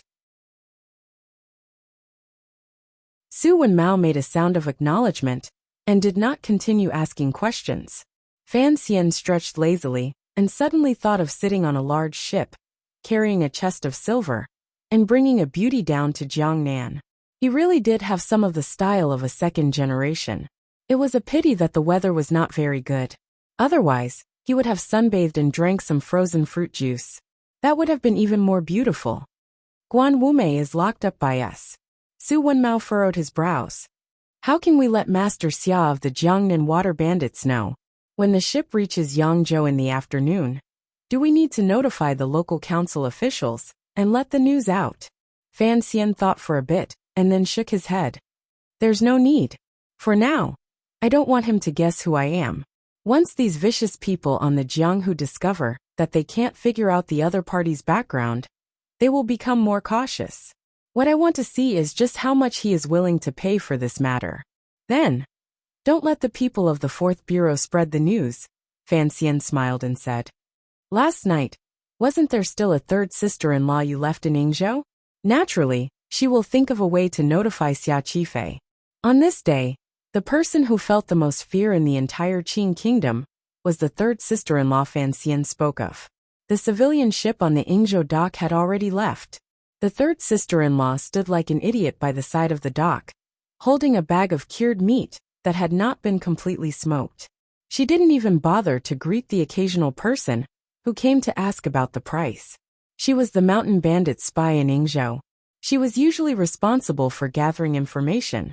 Yesterday, she was the first to find out about the silver chest on the ship. The disappearance of the ship was not a big deal. According to the style of Sister Guan's group of mountain bandits, after killing people and stealing goods, they would drive the ship away in the middle of the night, wash downstream, and then burn the ship to destroy all evidence. Thus, when she saw the ship disappear this morning, she thought Sister Guan and the others had already succeeded. Unexpectedly, she waited on the dock for a long time, but there was no reply. Sister Guan did not come back. Second brother did not come back. Everyone did not come back. Just like the ship, all of the mountain bandits disappeared without a trace and never appeared again. She waited until dusk, but the side of the dock was still deathly silent. At this time, the third sister-in-law finally confirmed that something had happened. Her lips trembled. She didn't dare to believe this reality. Even if the guards on the ship were powerful, they should have heard the sounds of fighting last night. The government should have reacted. How could there be no news at all? Was that ship a ghost ship that easily took over a dozen lives? That very night, she changed her clothes, wrapped her hair, and hid the rest of the money at home. She spent a lot of money to hire a carriage and traveled downstream along the difficult mountain road. She did not stop after passing Yangzhou and continued eastward until she reached the big county where she was about to enter Jiangnan Road. This took her a whole 2 days. On the way, she only drank some water and didn't eat any food. She was a low-ranking person. It was originally difficult for her to see Sister Guan's master. However, perhaps it was her deep eye sockets that made the advisor in charge of receiving her believe her words. With a heavy expression, he led her into the back garden. In the most heavily guarded back garden in Yingzhou, the Jiangnan water bandits' leader, Xia Qifei, who was not more than 30 years old and was famous in the Jianghu, had his eyes closed. Listening to the third sister-in-law's reply, he slowly opened his eyes. They were cold and threatening.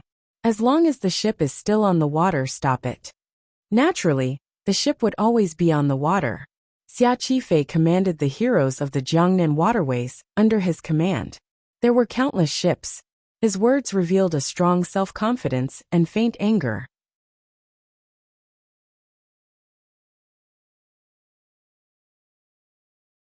Chapter 336. Winter had come, and the water was dry. Both sides of the river were filled with workers repairing the embankments. They were laboriously carrying stones and sand like ants. It was said that the silver on top had not been completely pulled out, so other than the contractors, the rest of the workers were somewhat dispirited. After a busy day with no money in their pockets, no one would put much effort into it.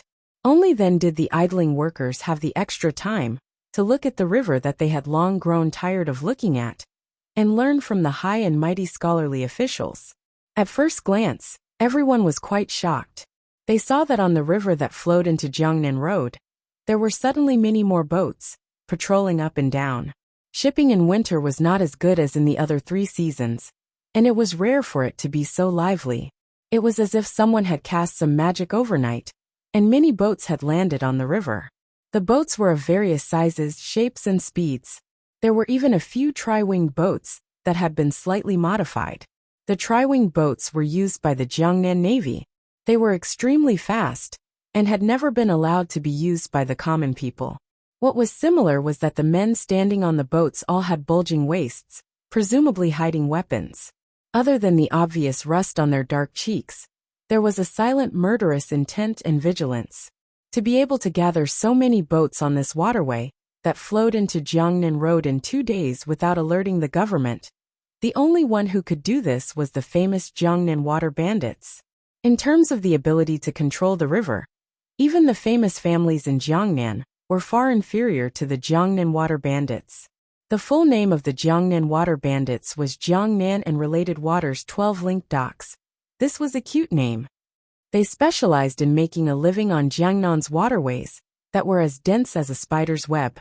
Whether it was transporting goods, passengers, or related industries, they all had to look at their faces. In particular, the secret salt, tea, and horse trading business allowed them to grasp great power. After Lady Ming, the person who changed his name to Xia Qifei became the head of the water bandits. He put even more effort into forming a good relationship with the government. It was even rumored that this Master Xia could be brothers with the admiral of the Sha Lake Navy. When hoodlums joined the government, no one could stop them. Thus these years, although the Jiangnan water bandits had ostensibly reduced their business on the underworld, they gradually began to walk out of the lake water plants and openly came to the common people. Their reputation was even greater than before. Only such a powerful force could move unhindered on the great river and sail boats along the river without fear of criticism.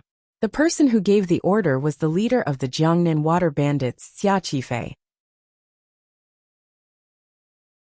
Although he did not care much about the life and death of his subordinates, the suddenly missing Guan Wumei had some relationship with his mother. What made him even more wary was who could take such a big bite out of him without anyone knowing and suffer such a huge loss. In March, the palace treasury would reopen. Usually, it would not be 2 small dishes for the Cui and Ming families. However, this year, because the Cui family had fallen, and everyone under heaven knew that the jurisdiction of the palace treasury had moved from the eldest princess to Commissioner Fan of the Overwatch Council, Xia Qifei decided to try and see if, in the new situation, he could take advantage of an opening and openly take back what had originally belonged to him. However, the business of the palace treasury was too big. The amount of silver was in the hundreds of thousands. In March, even if he wanted to enter the door of the god of wealth to sit and drink tea, the amount of silver he would have to take out would be frightening. The fallen Cui family and the still thriving Ming family all had this kind of power, but Xia Qifei definitely did not. Even if he controlled the largest gang on the waterways, the silver in his hands, compared to the Ming family, was like a beggar's. Thus, he was in a rush to gather silver everywhere, and even secretly ordered Guan Wumei to start the river pirate business again. He was not even willing to let go of such a small amount of silver. It was clear that he had been forced to the point of going crazy. It was said that a single copper coin could not stump a hero. The heroes who lived on the river wanted to learn how to do business. The first problem they encountered was money. At this critical moment, Xia Qifei became increasingly careful. He did not lose his rationality. He was guessing whether or not the incident on the shore of Yingzhou was targeted at him. When it happened, he was in Shazhou inviting the Jiangnan Navy garrison commander, Sir Su Shoshan, to drink. The rumors on the Jianghu were always exaggerated. The highest-ranking naval officer he could come into contact with was a garrison commander. After this, Sir Su learned of this matter. He maintained his silence and allowed Xia Qifei to search the boat. However, he still gave the people of the water bandits a warning. Everything had to be done before the beginning of March.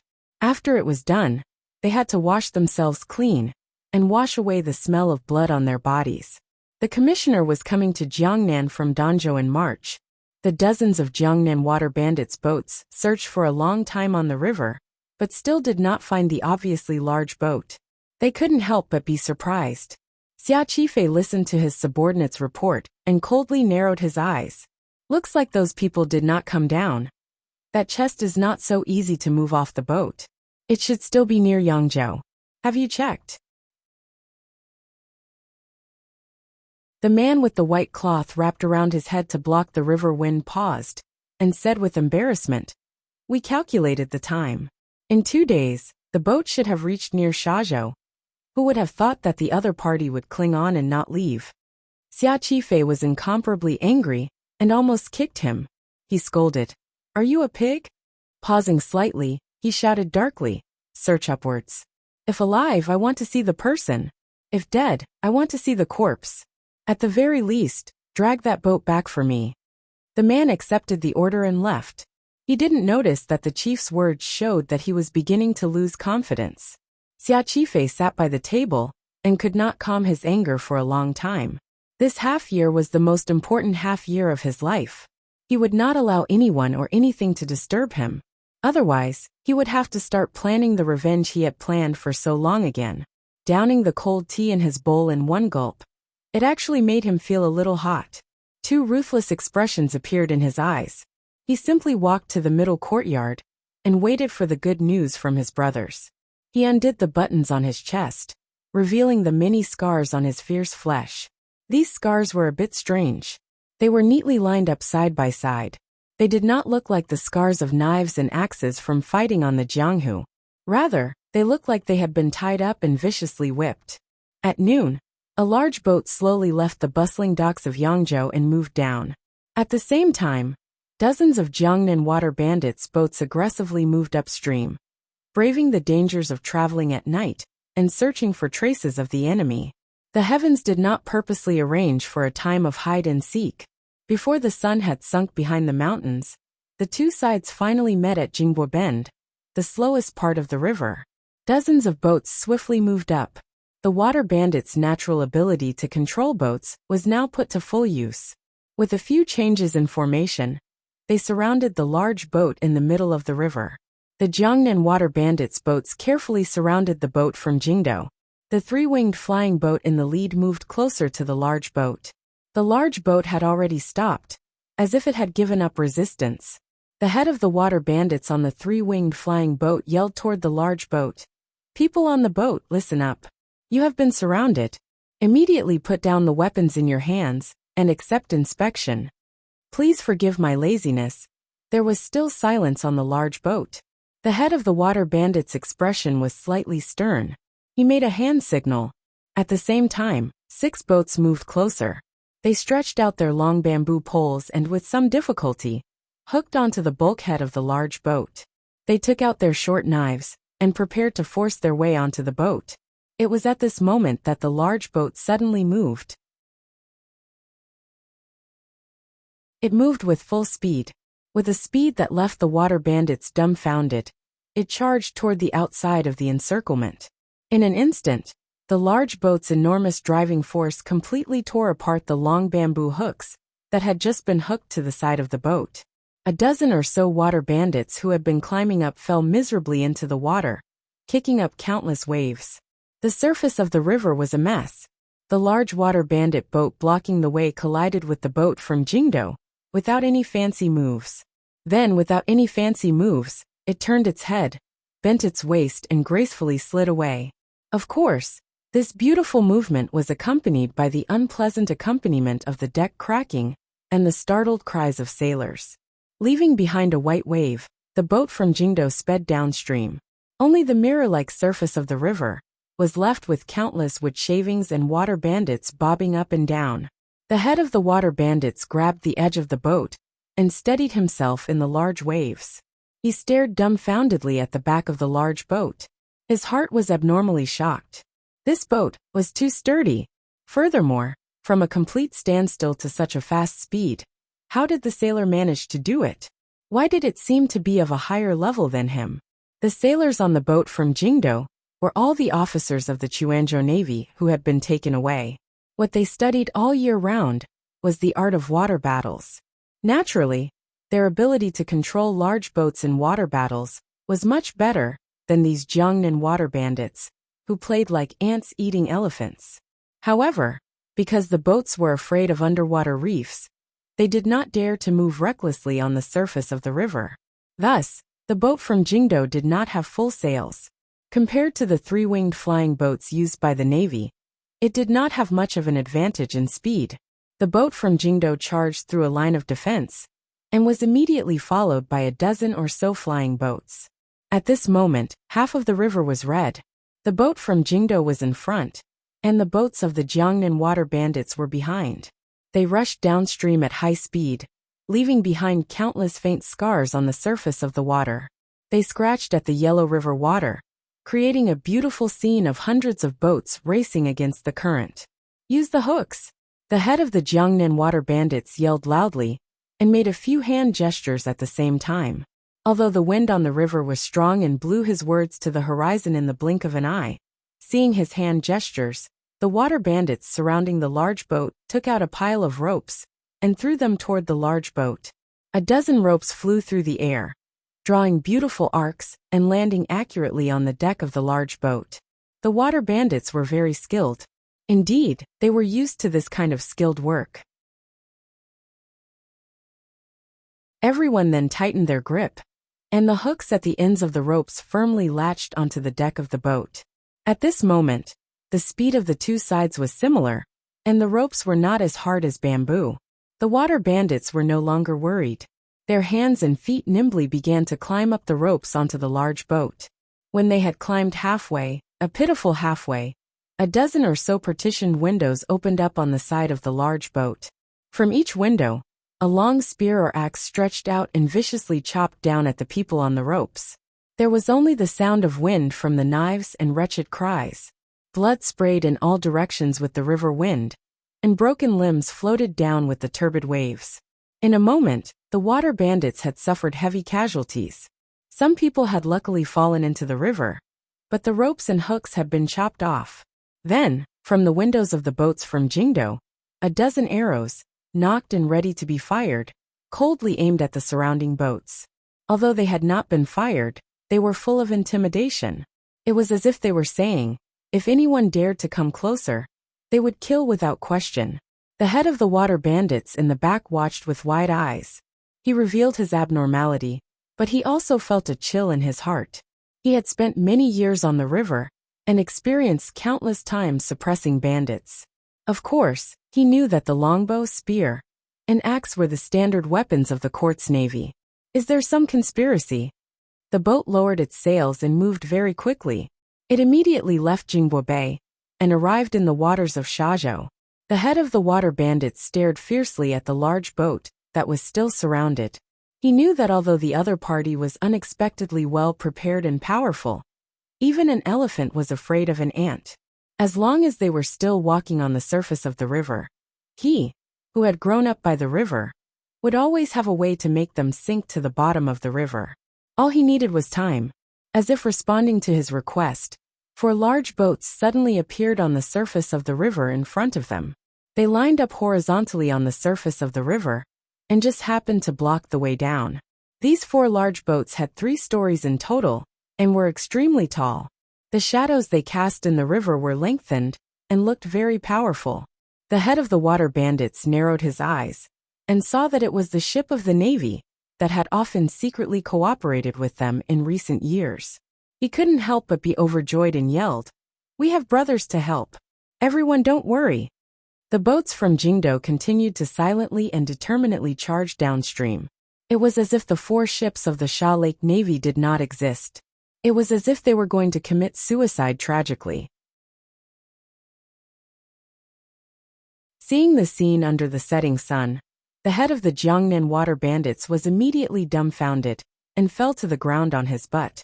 Seeing that the boats from Jingdo were about to be pincered to death and fall into a tight encirclement, the 4 ships of the Sha Lake Navy downstream tilted their rudders at the same time, as if they had discussed it. They opened up a path for the boats from Jingdo, allowing them to leisurely and unhurriedly follow the water. What was going on? The head of the water bandits didn't dare believe his eyes. The remnants of reason in his mind told him that the boat he and his group had been chasing for a long time was very similar to the 4 large ships of the Navy. He didn't have much time to think. The 4 Navy ships were like 4 giant beasts lying in front of the Jiangnan water bandits' boats.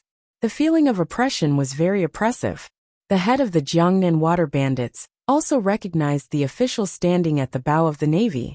It was Master Xiao's close friend, the commander of the Sha Lake Navy garrison, Sir Su Shoshan. Su Shoshan stood coldly at the bow of the ship. However, the clothes on his body seemed to have been put on in a hurry. The straps weren't even fastened properly. It looked a bit comical. He looked at the old acquaintance below and furrowed his brows slightly. He used his eyes to indicate to the other party that it was best for him to quickly surrender. He didn't care if the other party understood or not. Using an authoritative voice, he said, "People on the boat, listen up. You have been surrounded. Immediately put down the weapons in your hands and accept inspection. Please forgive my laziness once again." The city of Shazhou was right where Sha Lake entered the river. The waters clashed with each other. After tens of thousands of years, it had accumulated countless fertile soil. Adding to the hard work of the common people, it had always been one of the famous food-producing areas along the river. Following the withdrawal of the Chuanzhou Navy a dozen years ago, after the Sha Lake Navy accepted a portion of the manpower, it became the largest naval base in the Qing Kingdom. Tens of thousands of Navy soldiers' daily lives depended on this city that held the throat of Jiangnan. The Navy soldiers, who reeked of sweat and water, brought endless worry to the people of Shazhou, endless danger to the women of Shazhou, and countless problems of public safety to the officials of Shazhou. At the same time, they brought endless amounts of money and business opportunities to Shazhou. Most of the salaries that the court gave those single men every year were used on the brothels, gambling houses, and restaurants in Shazhou. Thus, Shazhou's entertainment industry, or more accurately the third industry, was very developed. All kinds of restaurants stood in great numbers. The west side was filled with red sleeves. The east side was filled with dice from dawn to dusk. It was very lively. On this day, a few people walked out of Shazhou's most famous inn. This group of people was a bit strange. There was a young master, a girl, a scholar, and a child. Behind them followed a few solemn-looking guards. The group of people directly hired a large carriage and drove directly to the south of the city. This group of people was Fan Xian, Cece, the third prince, Shi Chanli, and those seemingly normal tiger guards. They stopped in Yangzhou for a night and discussed their following itinerary. The local people of the 4th Bureau went to mobilize the Sha Lake Navy. As for what procedures were used, it was unknown. Presumably, the military had to protect the Overwatch Council no matter what. Looking at Fan Xian's appearance, it seemed that he was not going to hide his identity anymore. This confused Su Wenmao, who was still on the boat. He let the large boat deal with the water bandits on the river, while Fan Xian took the people beside him and got off the boat early in the night in Yangzhou. Sitting in the carriage, they comfortably followed the official road to Shazhou. He did it so secretly that no one noticed. The atmosphere in the south of Shazhou was a bit tense. In this place, all sorts of people mixed together. Everyone knew that the tyrant of the Jiangnan water bandits, Master Xia, was doing something. They didn't know the specific details, but from the endless flow of water bandits coming in and out of the little courtyard, they knew that this matter was troublesome. The little courtyard looked unremarkable, but everyone knew that it was the Shazhou branch of the Jiangnan water bandits' 72 docks. Thus, when the carriage Fan Xian was in came within a few dozen feet of the little courtyard, people had long noticed, particularly the spies the water bandits had scattered on the street. They stared closely, as if trying to determine the purpose of this group of people. No one noticed that in the dusky twilight, the seemingly normal 6th Bureau assassins had already taken over a few of the most advantageous spots on the street. As the carriage came closer and closer to the branch, some people gradually came closer, intentionally or unintentionally glancing at the carriage. The atmosphere was a bit tense. The people in the carriage didn't seem to notice anything. They drove straight to the door of the courtyard before stopping. A scholar lifted the curtain and came down. Walking up the stone steps, he raised his hands to the thugs at the door and said a few words with a calm expression. In a moment, a person with upside-down eyebrows and soybean-like eyes walked out of the branch. He looked at him with a cautious expression and narrowed his eyes. "Who are you people? Why do you want to see Master Xia?" The scholar was Shi Chanli. He had never been in the so-called Jianghu. Looking at the advisor's sinister expression and the thugs coming up from all around, it was clear that they all had weapons on them. The scholar's heart was truly flustered. He couldn't help but silently curse his teacher for making him do this kind of thing was too inhumane. He still forcefully suppressed his nervousness and said, "We have come from Jingdo to see Master Xia. We have important matters to discuss." The advisor of the branch looked at him with disdain. He was rather dissatisfied with the other party's attitude. Slanting his eyes, he looked at the carriage and said, "Is it you, or is it the person in the carriage?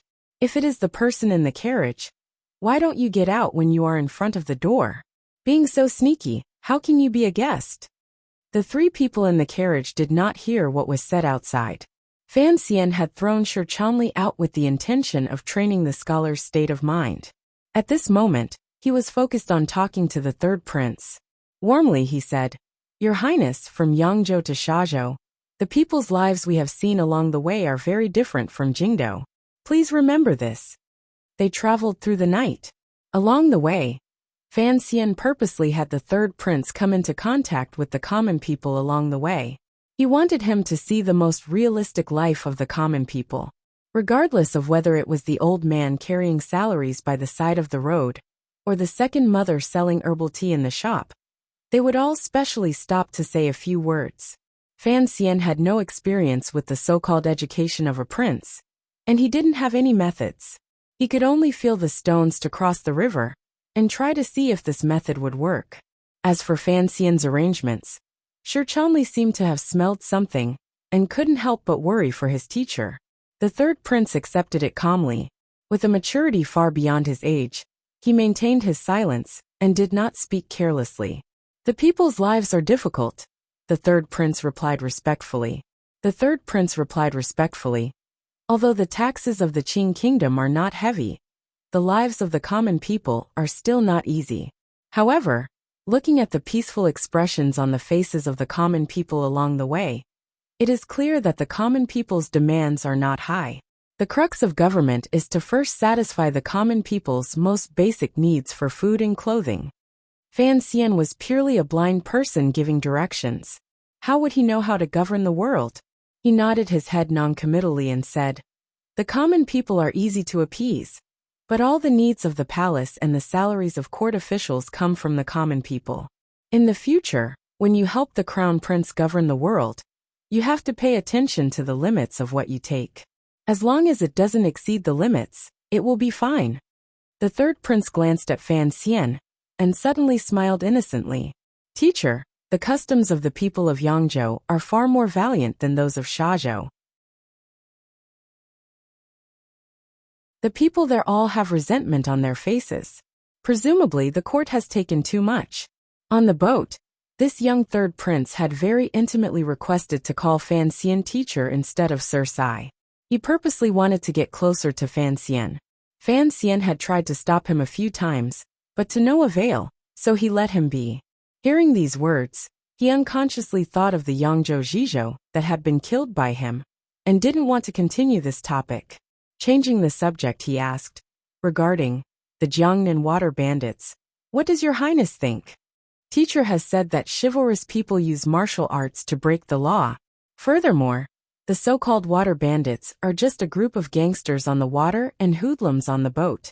They murder for money and use violence to obtain wealth. They do not have the chivalrous spirit you speak of."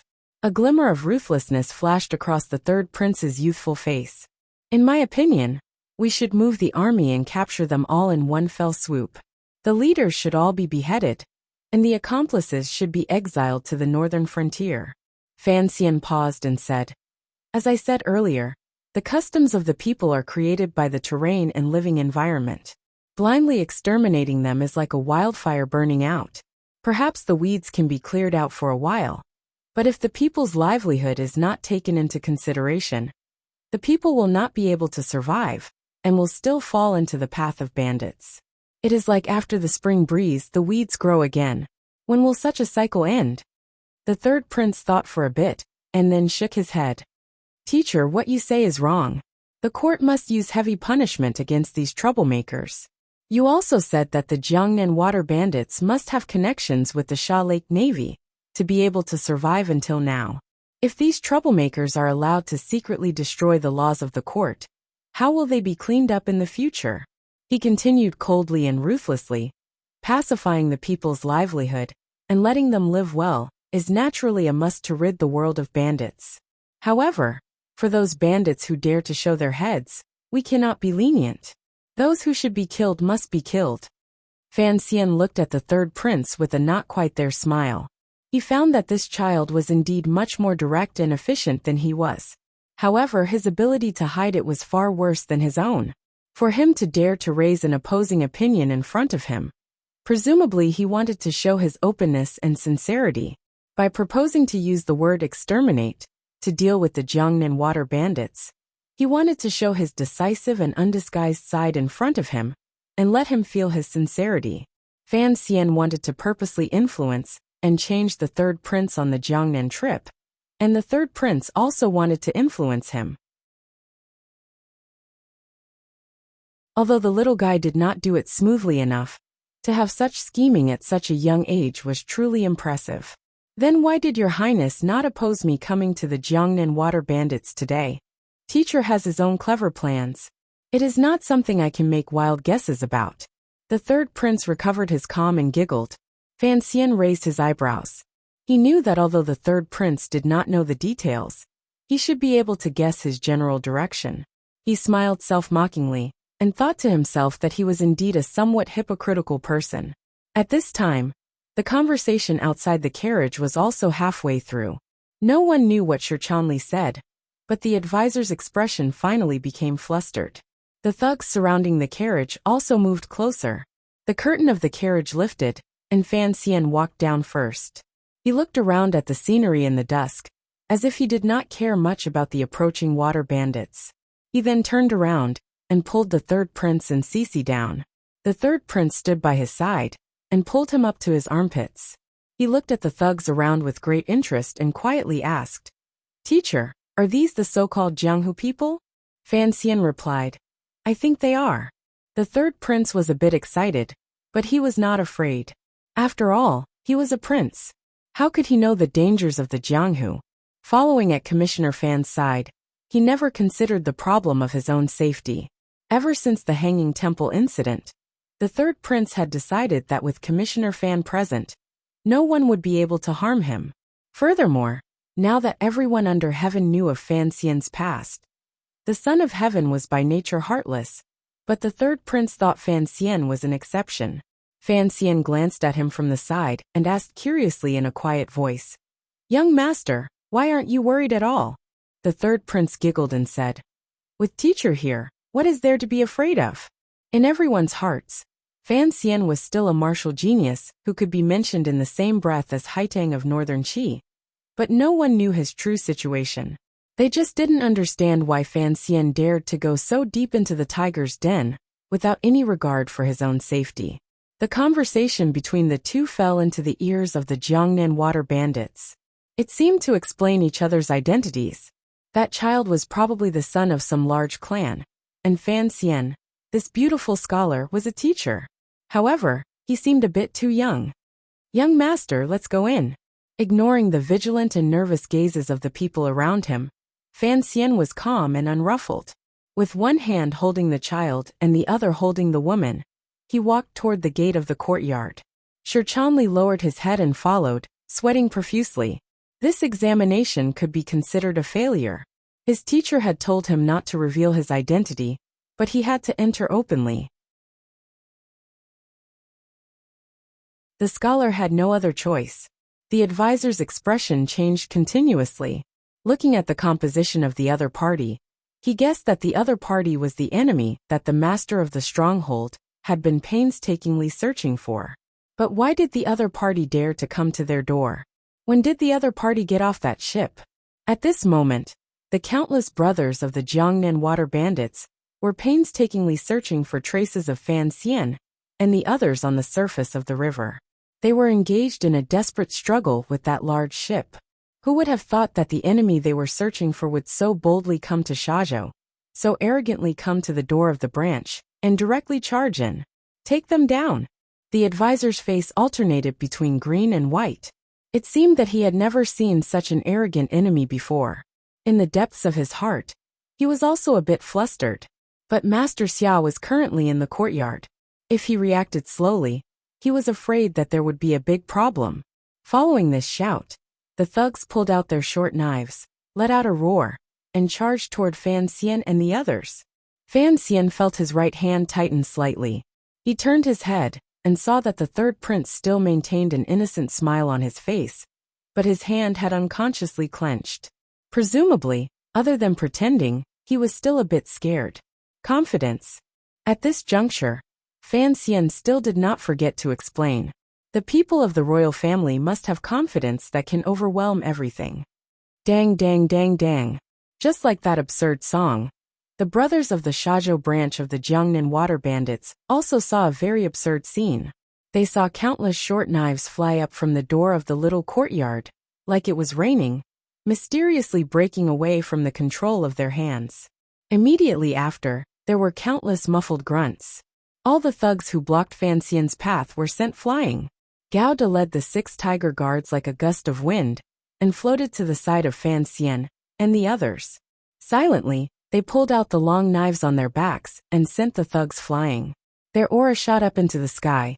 It could truly be said that those who blocked them would be forced to retreat. Fan Xian's face remained calm as he held the 2 of them and walked toward the little courtyard. Accompanied by the wretched cries and knife flashes, his footsteps were very steady. Although there are millions of people, I will go forward, he explained to the third prince beside him. The court does not need to deal with the Jianghu people. We only need to arrange for them to do things, so when we first meet, don't talk about anything. The third prince nodded. His eyes darted around the fighting beside him. He thought that this kind of feeling was very satisfying. He was very excited. His little palms began to sweat and become slightly wet. Why is it that the martial arts of these Jianghu people are so weak? The third prince was a bit confused about the reality in front of him. At this time, some of the people of the Jiangnan water bandits were already lying on the ground and could not get up for a long time. Those who could still stand looked at Fan Xian and his group with fear in their eyes, particularly when they looked at the silent long knife hands. They were incomparably shocked. The advisor, covered in cold sweat, stared fixedly at the steady hands holding the hilts of the knives. He howled in his heart.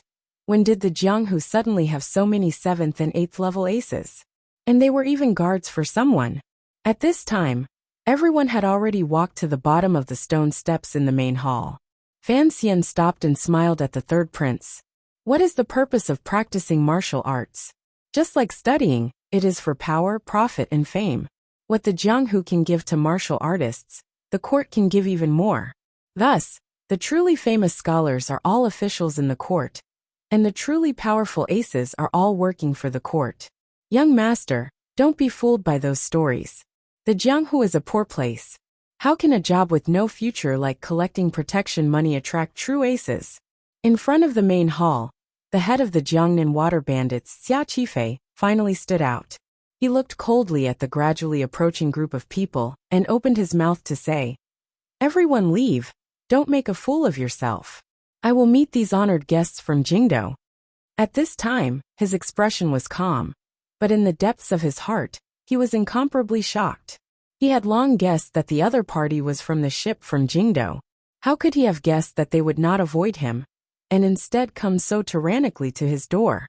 Without waiting for him to extend his hand in invitation, Fan Xian and his group entered the main hall, as if they were returning home. Fan Xian invited the third prince to sit in the main seat, and then he sat down next to him. Cece and Shirchanli stood quietly behind him. The 7 tiger guards had their hands on the hilts of their knives, and were spread out around the main hall. Seeing the other party's actions, Xia Qifei was so angry that his anger almost rushed to his heart. Was this still his territory? He forcefully suppressed the anger in his heart, and raised his hands toward Fan Xian. "Qifei greets you, sir. However, there are heroes in the wilderness of the Jianghu. Your words earlier were a bit excessive." At this time, if he still couldn't see that Fan Xian was a powerful figure from Jingdo, then he really was an idiot. Thus he had to suppress his anger. Within the borders of the Qing kingdom, the court was a terrifying existence that could not be broken through like an iron plate. Any power that tried in vain to oppose the officialdom would, in the end, meet a tragic fate of being turned to dust and smoke. Xia Qifei. Fan Xian looked at the sinister-looking figure in front of him and confirmed his identity. He smiled warmly and said, "For now, I do not wish for anyone to know that I have come to your manor as a guest. Earlier many people saw. Go and handle it. It is a bit difficult. Consider it my first test of Master Xia." You're tuning in to the Li Mei's Wuxia Whispers YouTube channel. We're so grateful for your support. And don't forget to subscribe to join us on this incredible journey through captivating stories. Your generosity through donations truly makes a world of difference, as it's the primary source of revenue that allows me to expand and enhance this channel for you. Thank you from the bottom of my heart for being a part of this adventure.